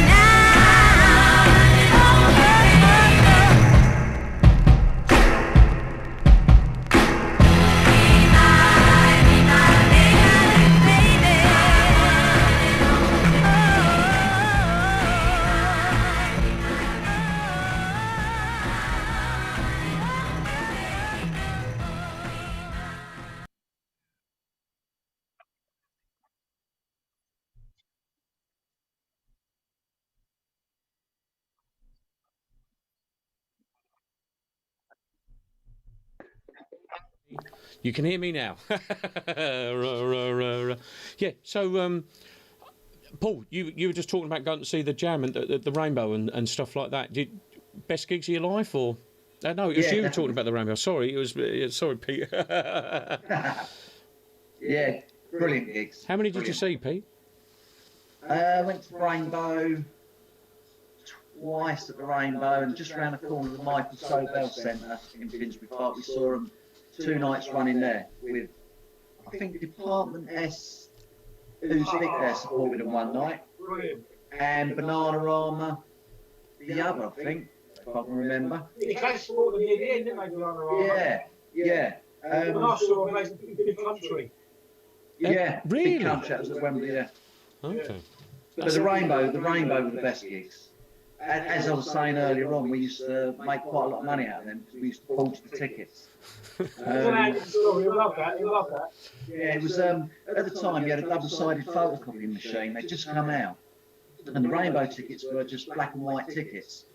So we used to go down the shop and we used to print off sheets of these tickets, and we'd cut them out, and they were a little bit shiny, so we had to sort of get the shine off the black, and then we'd have a pen knife, and we'd put the little dotted line on the ticket, and we went there, and there was literally about 25 of us, all with the same seat number, and we financed the whole night by selling the tickets to the ticket tout outside. Of course, when we got in there was about 45 people, all with the same seat number. So we all used to hang around until the actual band came on, and everyone just surged forward. And the seats got ripped up anyway, so it didn't really matter. And did you follow them around the country, or was it mainly London ones? Or we got a minibus one. No, it was a van. It weren't a minibus. It was a van. There was about 10 of us went down to Brighton and saw them 2 nights running in Brighton. I think that was on a Saturday and a Sunday. And then when we come back, we saw them on the Monday and Tuesday at the Brixton Fair Bill. Jeez. So literally 4 nights running. We used to. I think I was looking through my tickets the other day. I think I saw them about 18 times. In total. Really? Yeah. I can't. Anybody else in the room? I mean, I've only watched probably my brother-in-law's band 18 times. Well, I've watched you in the Contacts 20 million times. Luke, I can't hear you. Your mic's not on, Luke. Stiff Little Fingers I've seen, 14 times, I think. Have you? Yeah. I've seen one solo 8 times. But Bowling for Soup, seen them probably, 8 or 9 times. Yeah. But other than that, there's not that many bands I've seen more than once. No, I'm just trying to think. Band wise, there's bands. Because in Cambridge, I was friends with bands. That's what you did. That's our hobby. We were all in bands, and so you saw local bands. I've seen my brother Tom play. Oh God. Yeah, it's different. It's different when it's like that, isn't it? But, well, yeah, is it? But Stiff Little Fingers are definitely my top one. Like I say, about 14 times I think I've seen them. But there's obviously and they're still touring, so there's chance to add to that, I suppose. So, I've seen the Who quite a few times. And what do you think to them, Pete? Well, to be honest with you, when I first saw them, it was at Wembley Arena. I think it was about 1982, and Paul Young, the Q-Tips, was supporting. Right. And I didn't want to go because at the time, everyone, in fact, some of my mates took the piss out of me and said, "Oh, the Who ain't mod, they're rock, it's rock and all the rest." Anyway, I went with my brother-in-law, who was a bit of a biker, and as massive Jam fan as I am, the Who made them look like a good pub band. Oh, really? That's. I come away from that concert, and to me, it was unbelievable. In fact, we then saw them 2 nights running at the NEC. I think it's a couple of months after that, and it's when Kenny Jones was drumming from it. So I think when Face Dances coming out the album, but absolutely blew me away. We were talking off air before, weren't we? Just at the start of the show about just what a great singer Roger Daltrey is. Yeah. So it's his presence. Even when we went to that gig, me, Andy, and Paul went to the that Teenage Cancer Trust thing, which is obviously like him and Pete, but none of the rest of the rest of the lot, obviously, and all obviously older, but it's still put on a great show. Yeah. Don't they? People who've seen them all, they put him as the greatest live act of all time, don't they? They say they're better than Zeppelin, the Stones. I reckon the Who on their day would blow away anybody. Without a doubt. When I saw them in '82, like I say, to me, they just knocked spots off the Jam. As much as I love the Jam, I was just absolutely blown away, the whole thing. When I saw them at the NEC, as an encore, they done Twist and Shout. John Entwistle sung it, and it was phenomenal. It was just brilliant. But imagine seeing him in the 70s in their pop.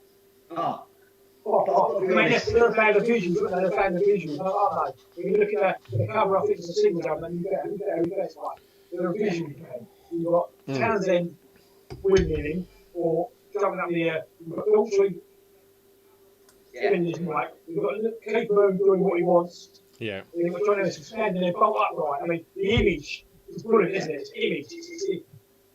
It's that vision of a band. Yeah. Yeah. And they got it, and it's brilliant. Pete, are there any bands like sort of more recently that you've been to watch that you've been not blown away by as such, but like just watched and gone, yeah, that was brilliant. To be honest with you, I don't go to that many gigs now, but the K's, we went to see the K's at the Roundhouse supporting the Rifles, and I really do like the K's. Yeah, okay. Was that why you're happy to have him in the film? I mean, yeah, I mean, to be honest with you, Ian showed me 3 or 4, because Ray wanted a young band in the film, and I haven't got a clue with up-and-coming bands. And Ian showed me a clip. Sorry, Pete. Andy, I think the stream's gone off. You know. Oh. Right, go on. You carry on talking. Sorry, Pete. We're talking, but the actual thing that streams it out to Facebook has gone off mine has. Only on contacts.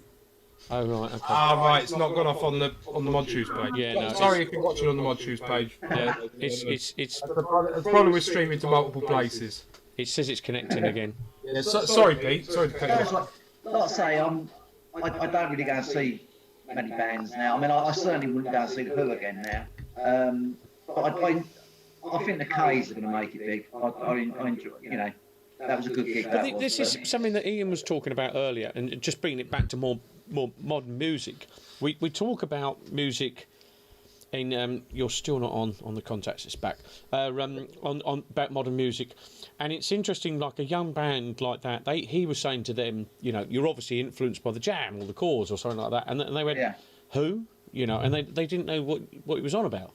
You know, and the Enemy said the same when they said, well, I've heard of the Jam, but I don't really know it. But they sound like them. We had that. I mean, the Enemy and the Ordinary Boys are another big case in point, aren't they? When like the Ordinary Boys and the Enemy both had their first albums, and they're brilliant albums. They're really, really good albums, and you hear them and you go, you know, that's going to be massive,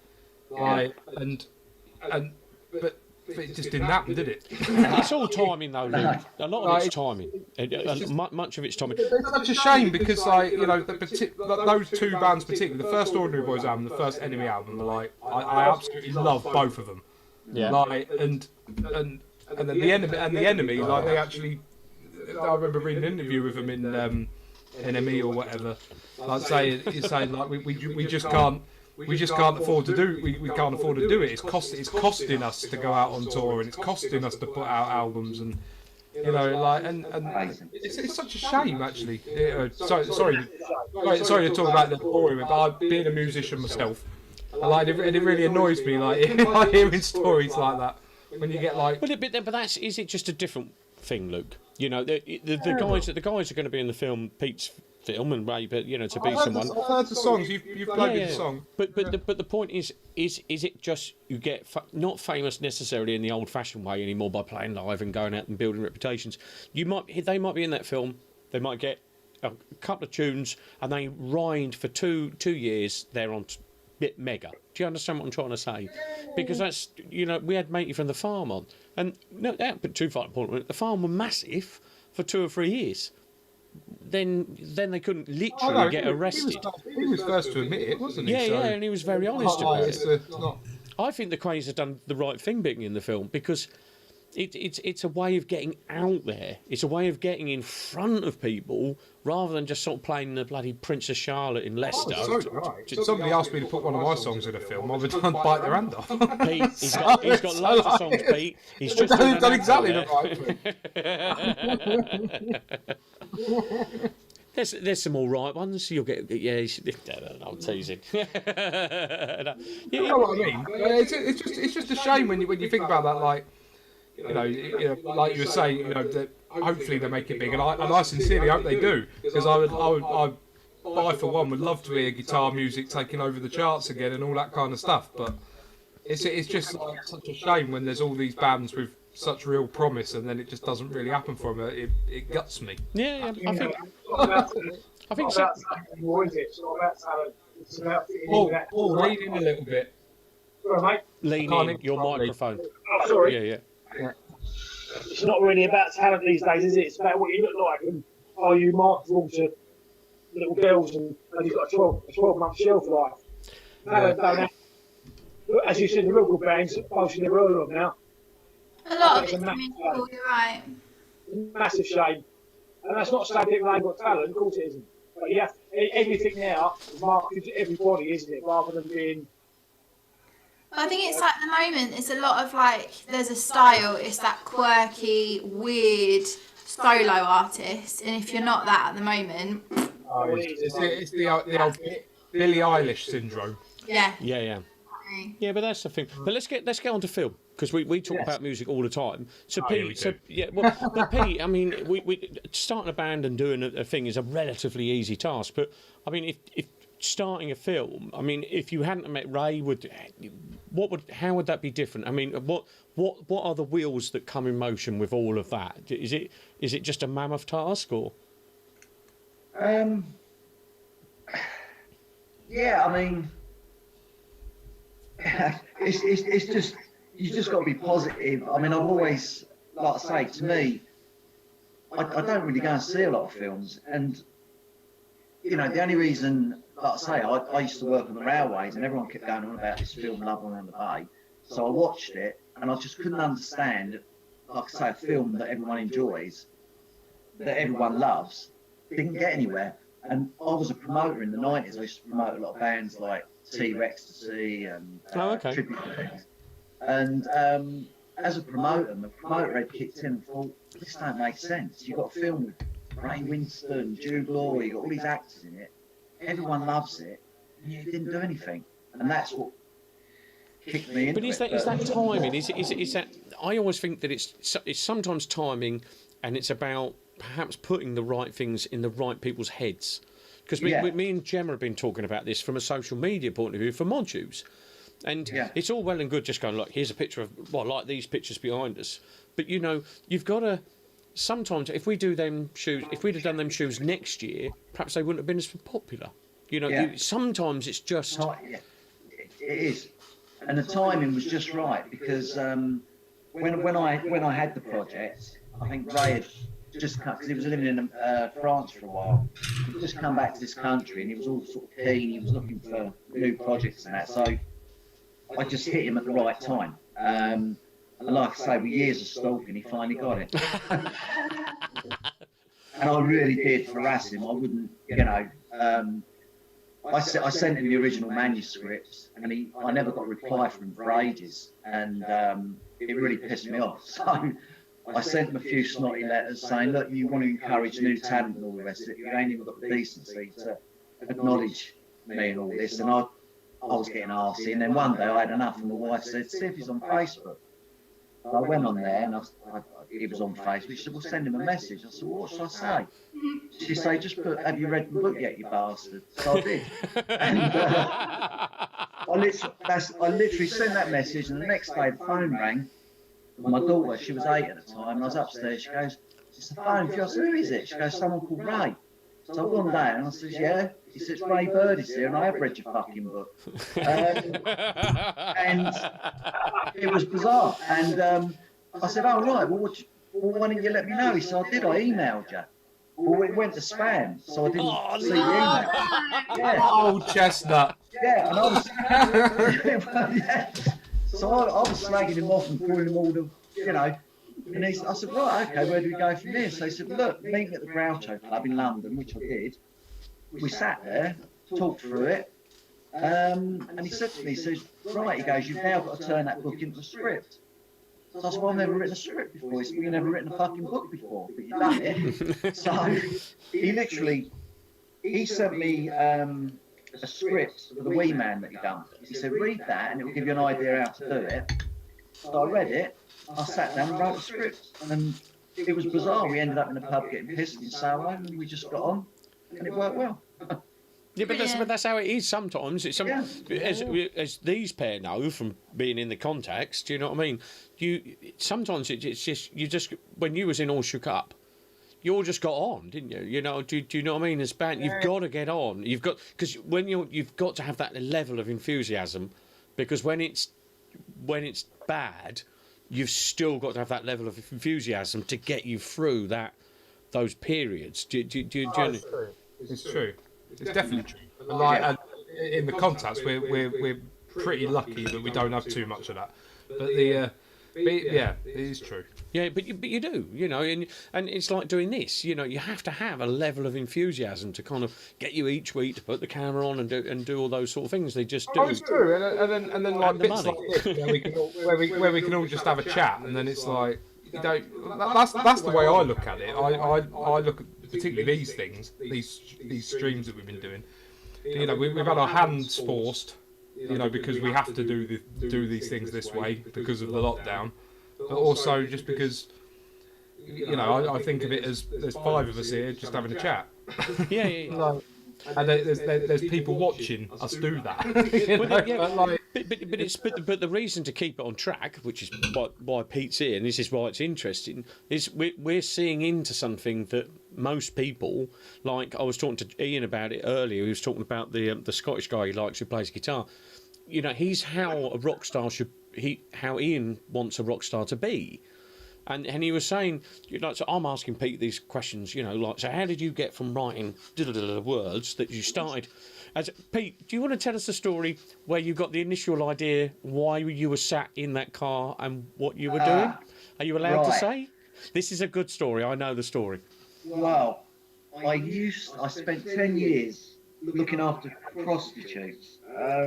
He did just say what you heard him say. He looked. Yeah, Is that what they call it now? Looking after? Yeah. No.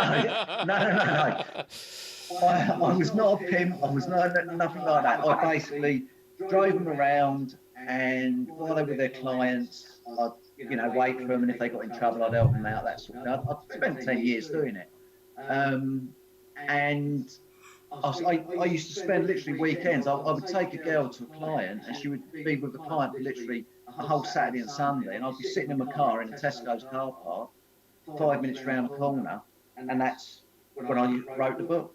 I'd be sitting in Park Lane, and there'd be a girl in the Dorchester, and I'd be sitting outside the Dorchester, literally writing my book. So you had a lot of free time.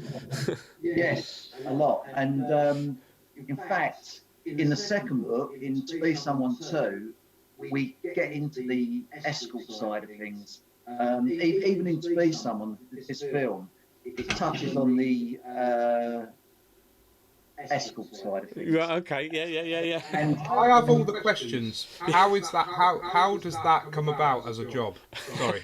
I know this is totally irrelevant to what you're talking about. Well, I worked on the railways, and we were talking about jobs we used to do, and there was this big Irish guy, and he said he used to look after prostitutes. I thought, that sounds interesting. So he told me all about it, and I said, yeah, I wouldn't mind having a go at that. It's better than working on the railways. So he put me in touch with a couple of girls that he used to work for, and I drove them around, and I really enjoyed it. It was easy money. I was getting paid a lot of money for sitting in my car. Luke, are you seeing a career change coming on? Yeah, you put me in touch, could you? I wouldn't recommend it now, and that's why I got out of it, because it's a lot. I had a lot of dodgy moments. In fact, some of the scenes in the film, there's a couple of scenes, prostitutes and their clients. They're actually true stories from when I was driving them around. We had a guy called, in the film, I think he's called Bollock Chops, and he'd pay the girls £130 for a good kick in the bollocks, and that's true. And I actually sat there in my car and watched it. And I mean, no. Yeah, and she'd knock at the door, he'd open the door, and bang, she'd give him a good kick in the bollocks, and he'd pay 130 quid for that.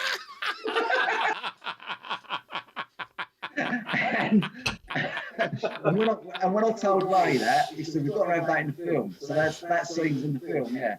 So, but that's one of the funnier clients, but I can tell you some... Sounds like I could make some easy money. Yeah, exactly, yeah. I'm pretty good at kicking. But trust me, that was... I can tell you stories that make you laugh, cringe, cry. We don't want to hear the sad ones. No. I bet you had some dodgy moments and all. We're not very unsavoury people, I'd imagine. Oh yeah, very dodgy I'd moments. imagine, yeah. I think, Especially nowadays, the people that run that sort of. yeah, I mean, to be honest with you, it was. You've got a lot of Romanians in the country now, and they're more or less taking over that industry. I spent 10 years doing it, and if I hadn't have done it, I wouldn't have been able to write the book. So, yeah, but the Far Show guys talk about that. Apparently, I was watching a documentary about the Paul White. Is it Paul Whitehouse on the Far Show? Yeah, and he was saying that he left college with the other guy, and he went and worked at something like, I'm going to get this wrong, but let's say Cirencester Council. It doesn't matter. But he went and worked in the council there, and apparently all of those characters come from him watching people he worked with, and like Competitive Dad and people like that, and they're all from character watching. So it's almost you've got to work in an office. Oh yeah. To come Peter across Kay's playing, isn't he? A lot of people Peter Kay brings in his stand-up as well, and things like Phoenix Nights. It's most of the people in that, which that's one of the all-time great comedies to me. It's most of the people in that, the people he's seen, and we base it on someone or. Yeah, because you always say that about you. You always say, because I always tell you stories, and he always says that I'm the one who tells the stories at the bar. You always say that about me, Paul. But yeah, story. But the stories, that's storytelling, isn't it? That's how you get to things like Minder. Minder surely was just real life stories put on the screen. What's better in life, right? You go to a pub, you talk to the mates. What's better than someone's a really great black concert? I mean, someone sit there and tell you great stories of right? It's brilliant, isn't it? It's brilliant. Yeah, of course. It's interesting. Yeah, maybe spend an evening with someone like Keith Richards or Richard Harris. The stories they could tell you about. You can sit there all night. It'd be brilliant. Imagine it. They'll probably end up being really shit storytellers. They've got the stories, but they just can't convey them. Well, some people can, I mean, it's not when Terry Rawlings is a good storyteller. But you have to know about Terry's life because he, and stuff like that. But it just is what it is. But hold on, Pete. I want to get back to this promoting. So, who was you promoting? You was promoting Two Ecstasy and. Yeah, I mean, I started in about 1990. I got another scooter. I got a Vespa T5, and I went to Llandudno scooter rally and watched a few bands there, and I got an idea. I thought I'll put some bands on. Didn't enjoy the scooter scene. It was all scooter boys. It weren't my cup of tea, to be honest. But I come back and I started putting on soul bands in a local men's working club. And then it escalated, and we was hiring out leisure centres, and I was the Counterfeit Stones. I was putting them in leisure centres, T-Ecstasy, Who's Who. I done a lot of shows with Who's Who when they had the original lineup with the little guy Doug. Yeah. And to me, being a massive Who fan, I saw the Who in I think it was '96 doing Quadrophenia at Earl's Court, and I just didn't enjoy it. I just didn't enjoy it. I thought it was a crap show, and I hate saying that, but if someone gave me a ticket to see Who's Who at the time and the Who, I'd rather go and see Who's Who. Yeah, I understand. And I genuinely thought that show at Earl's Court, I mean, because prior to that, I'd seen the Who when Kenny Jones was in there in '82. Of course, I was blown away, and I'd seen them at the Albert Hall doing the Tommy thing when Billy Idol and Elton John and all that. That was brilliant. But when I went to that gig in '96, it was cool. Very disappointed. Like I say, and at the time I was doing shows with Who's Who, and they were brilliant. And there was another band called The Overtures, a '60s cover band. Oh, right. Absolutely brilliant. I don't remember them. I've seen the Who's. Paul, have you seen Who's Who at Met Lounge? I've seen Who's Who at the Met Lounge. Yeah, I've seen them 2 or 3 times. The Smythes we've seen as well. I thought they were brilliant. Yeah. They were brilliant. Yeah. Really good.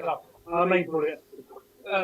Tribute bands, as you know, there's a lot of crap ones, but there's a lot of really good ones. They're one of the best I've seen. They're one of the best I've seen. I thought that was superb. Yeah. Yeah, and it's difficult because we've had Dave Fletcher on and does the Jam one, and there's so many people play. We do jam songs in the Replicas, Luke, didn't we? Do you know what I mean? And but to do to do that, like, and to do it well, you've almost got to be twice as good as the Jam. Do you understand what I'm trying to say? Because you've got to be able. If you're gonna like, I always think if you're gonna be like, you know, well, particularly if you're gonna be a tribute artist, you've got to be a good actor as well as you've got to be a good musician. Yeah. You're living with someone else, aren't you? You're living with someone else. You know, we do Motown Northern Soul now, and we've done a mix of things in the replicas, and like, you know, I don't think I'd want to try and convincingly do one artist. Well, you tried to do the Elvis, didn't you? You did the Elvis 56. But we did the early Elvis rock and roll era of Elvis band, but I certainly never ever tried to be Elvis while doing. No. So we just. That's literally my dream, to be Kate Bush in a musical. Right, Pete. Please, Right, Pete. I was going to say, wow. She's during the lockdown, Pete. These pair have been doing a lot of videos and doing entertaining, and you saw the Barbara Ann one or heard the Barbara Ann one which was playing, and but Luke's you've done quite a few. You've done a good Bee Gees one. You've done what was the kids one you did as well, which was hilarious when you got Sooty to sing the song rather than sing it yourself. That was quite. Oh, that was Baby Cakes. Baby Cakes, yeah. That's like that was our Cover the Crap. Yeah. That was good fun. Take a crap song and make a cover version of it, basically. That was hilarious. I turned it into a reggae track, but it was like a early 2000s terrible pop song. But I would say that Gemma is quite the talented person, to say the least, and she needs to have a Kate Bush sort of cameo in the back of one of your films, just doing something as Kate Bush somewhere. I'm sure it's the right theme. Well, no, hilarious. I can do a really good Blondie as well. That Blondie favourite. Yeah, that'd be quite good. I'm just trying to work out how you'd intertwine that into a film. Just get Debbie Harry walking behind. A club scene in the background. Yeah. Remember Duffy in Legend? She's in the background in the club scene. Well, I never quite understood. Do you remember the Commitments? And in the back of the Commitments is the girls whose names I forget. The Ronna Gallagher. And No, the girls are in the They did the cover of the Fleetwood Mac song. And they're from Ireland, and it's free. The Cause. The Cause, yeah. But the Cause. They're the Commitments, right? Yeah, they're the band doing the diddly diddly in the Commitments. Did you not know that? Diddly music. What is diddly? The diddly music. Pete, what's your favourite film? My favourite film it's going to sound sad. The original Rambo film, First Blood. Oh, really? Rambo. That is the best one. The series, that's the best one, isn't it? The whole series. It was the best one. I can remember seeing that at the cinema. I didn't even know Sylvester Stallone was. And my brother come back from London. He said, I've seen this brilliant film. You've got to go and see it. And I literally saw it 3 times at the cinema. And really? To this day. And what I liked about it, everything in it's believable, whereas everything else is so far-fetched. Everything he done in that could be done. I just thought it was a brilliant film. Yeah. Okay. I suppose it depends, like, why you like films. You know, because I'm a big James Bond fan, but the old Sean Connery ones. Yeah. Not. I quite like the new Daniel Craig ones, but I like the old ones. I think they've got too complicated. My two favourite films are a toss-up between Goldfinger or The Empire Strikes Back. So like 2 total opposite ends of the spectrum there. So it's like it depends why you want to watch one, doesn't it? I suppose. Yeah, I just think like I say, it's the only film I've ever gone to the cinema I've seen 3 times. So I've seen Toy Story twice. I saw Toy Story 2 twice because of the animation, because I used to do all that sort of graphic stuff. And we were so gobsmacked how good the animation was. But that's true, isn't it? Like, you know, it's why you want to what the purpose for watching that film is. Yeah. And like those Disney Pixar ones, particularly the early ones, were groundbreaking. Yeah, they were. You know, it might not be what you particularly want to watch, but they were groundbreaking. Yeah. But so your thing about what you watch a film for, isn't it? You see Yeah. different things every time, don't you? Yeah. Hmm. Like, yeah, I mean, another one of my favourite films is that Gangster #1, and it's so, yeah, it's a brilliant film, but there's nothing clever about it, really. It's just like The people in it, gritty. the hideous characters, aren't they? The characters are horrible people. Yeah. Horrible people. But it's true, though, is it? Most films you don't want to watch twice, do you? A lot of films. I watch them again and again. Do you? Yeah. Oh, Yeah. I'm not into that. I can't. Yeah. Once I kind of can- know the story, I'm sort of a bit. Where do you I've been in Animal House since I was 15. Yeah, Still that's a watching lie. that. I've watched Quadrophenia 200 times, so. I watch it every 3 or 4 months. It's my favourite film ever. I can watch, from Tarantino. I just think he's a master. I can watch any of his films time and time and time. I've got them all. Yeah. Pulp Fiction I've seen endless. That's top 10 of all time for me. Actually, Yeah. Yeah. I remember seeing the pictures. Yeah. I sat there, and it's the intro. Listen, look, don't get down to the music. I said to my mate, "This is going to be brilliant." So, Yeah. that tells you that music. That is blew my mind. That music, and I just said, "This is going to be a classic." And it is. I'll tell you what, my 4 most watched films are Pulp Fiction, Love, Honour and Obey, Lock, Stock and Snatch. I love Snatch. Snatch. Snatch is one of my. I did my first audition to Golden Brown because of that song. Really? Oh, right. Yeah, my dance audition. Audition, what for?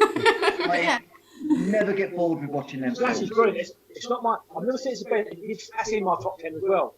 It's not my favourite film of all time, Goodfellas. But the one I go to most, as much as that, is Snatch.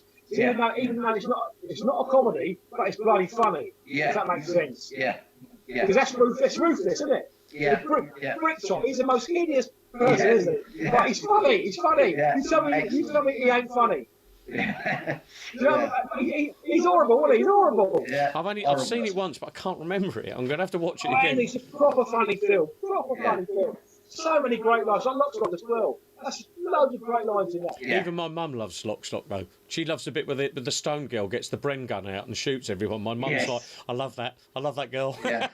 I think it's just because my mum wants a Bren gun. I'm the same with Pete. I was Love on Obey. I watched it earlier. I don't understand how that was never big. I'm the same with you. I don't. It's like the same thing as well with Phoenix Nights. That's not a big thing. That was tucked around Channel 4. That should be massive. Love and Obey. I was talking about people who worked there the other week. I was talking about this movie the other week. And never heard of it. I've never heard of it. Yeah. It's brilliant. Yeah. I know. I can't. And that's what I say. When I first saw that film, I just couldn't understand. As a promoter, I just couldn't understand. But the first thing I said to Ray was, whoever was in charge of PR for that film should be shot. Because how the fuck can a film that good no one's heard of? Yeah. It's just, but like Andy was saying, it just sometimes goes that way, doesn't it? And it's not to bring it back to music. I watched that again the other week after we had Ray Burgess on here. He was on. I thought I haven't seen it for about a year. I watched it and I thought this is still brilliant. Yeah. Yeah, but it's true though. And like, I need another drink. Carry on we're, talking. we're trying to keep it on film, but like me and Andy always bring it back to music, and it's the same with bands. Sometimes like Andy's saying, we're speaking to the guy from the Chords next week, and like there's some songs from them that I think, why on earth weren't they a massive band? Yeah. Something's missing by the Chords, and I think to myself, like, why on earth were they not a huge band? That song is brilliant. Rich Way of Life's my favourite. Maybe tomorrow's mine. Because that just stirs emotion for me when I first heard it. I just thought, that's still really exciting, that intro. But they did do that one on Top of the Pops, didn't they? Yes, they did. They almost got there, but like I think something's missing. I just think that's a fantastic record. I really, really do. But I love Luke, it. but that's the thing. It's timing. No, it's what we're saying about the same with the films. Like, I know you've got your reasons for that one, Andy, about saying like it came out slightly at the wrong time when it was just sort of the mod scene of the 80s was just dying out or something. But like they were 6 months too late. the chords, and that's the real problem for the chords. Secret Affair had stole the thunder. They got in there with Time for Action and Let Your Heart Dance, and then Two Tone happened. And Two Tone, whatever, even people who don't like ska, you can dance to it. And it was so accessible, was Two Tone. Do you understand what I mean? Because for kids, they could just wear black and white, find a bit of checker, wear a hat, and go and dance that not the silly dance, but the dance. It's easy. It's the sort of dance. That's the same as like Quadrophenia for me in a way. I mean, two different things. I got into Two Tone and I found them odd thing. Like you see, I saw the specials on a couple of pops, and that was like, wow, what is this? Not only do they look brilliant, they sound brilliant. What is this? And then give it a week. And everyone at school, all the ties they got thin, they wear white socks, button-down shirts. Yeah. Everything changed overnight. It did. But it did at our school, Paul, as well. You know, I mean, it's kind of. I think that's. It's massive. And the music is brilliant as well. You can't knock that. The music is brilliant. But that's. I have this theory about things. If you can make something, especially like the specials did, which was socially aware, and you can dance to it. It works on so many different levels. Madness, as brilliant as Madness are, they're just a kind of knockabout band, really. I always say that about the era, though. I always was blessed, but to be grown up and get into music properly around that time, right? The Two Tone thing taken off, which was all brilliant, And I saw the jam, and wow, this is for me. All these years later, I didn't realise I'd still be, idolising people like that. But then bands like Dexys, so that all the involved bands like the Calls, Purple Arts, Secret Affair. What a time to be in the music then. And all those bands, they take you on to the 60s bands like the Beatles and the Who, the Stones, Small Faces. And then, then it gets you into Stax and Motown and Northern, and you find the original Trojan records from Two Tone. Everything I got from music, like my massive collection of music, started with the specials, starts there, and it walks like that. Yeah, of course. But does it? But now you've kind of made a film, Pete. Does it? Yeah. Does it? Can you take what Paul's saying? Does it make you think? Oh, okay. I know how to do this. Have you got like a zillion ideas going around your head? How is that kind of playing out? Yeah, I mean, to be honest with you, I'm more excited about this TV series thing. I really do think that's got a lot of potential. Okay. It's definitely the future of it. Yeah, I think so. It really is. Since this lockdown, I've been watching these series on Netflix. I watched that one with Ricky Gervais. What was it? Afterlife. Oh, brilliant. And I literally watched that in 2 nights. I just binge watched a lot. And really good. And I just, like I say, and I think the thing is with the film, it's very loosely based on the book, and it had to be because obviously the legal hassle with the Who and all that rubbish. It had to be loosely based on the book. We had to change the characters' names and all the rest of it. Whereas a TV series based on my book, I was given permission by Pete Townsend to take his Jimmy from the album and make him mine. So the book, a TV series based on that would be very. I'm buzzing for it. Yeah, but it's a different thing, isn't it? Because what's interesting, if you two, and I'm going to be patronising now, meaning Paul and Pete, we're old enough to remember Hitchhiker's Guide to the Galaxy being on BBC Two. And if you remember, that was a half-hour programme, and they did the 6 of them, so it got 3 hours. I never really watched. Right, but the film tries to condense a story that should be this long into this long, and it don't work. You need that space. Yeah. And my wife said to me, she says, she hates seeing a film that's based on a book that she's enjoyed. Because it's nothing like the book. It's hard. And you can't. You cannot do it. Absolute Beginners is an absolute proof. I didn't want to watch Game of Thrones because I'd read the book. Yeah. I read the Song of Fire and Ice, so I didn't want to watch the series. Everyone raved on about it, but I was like, and it don't do it for me. It's like Jem's a huge Harry Potter fan. Yeah. I read the first Harry Potter book. Weren't that bothered. So I thought, why am I going to want to watch the films? So it's like, it's the book.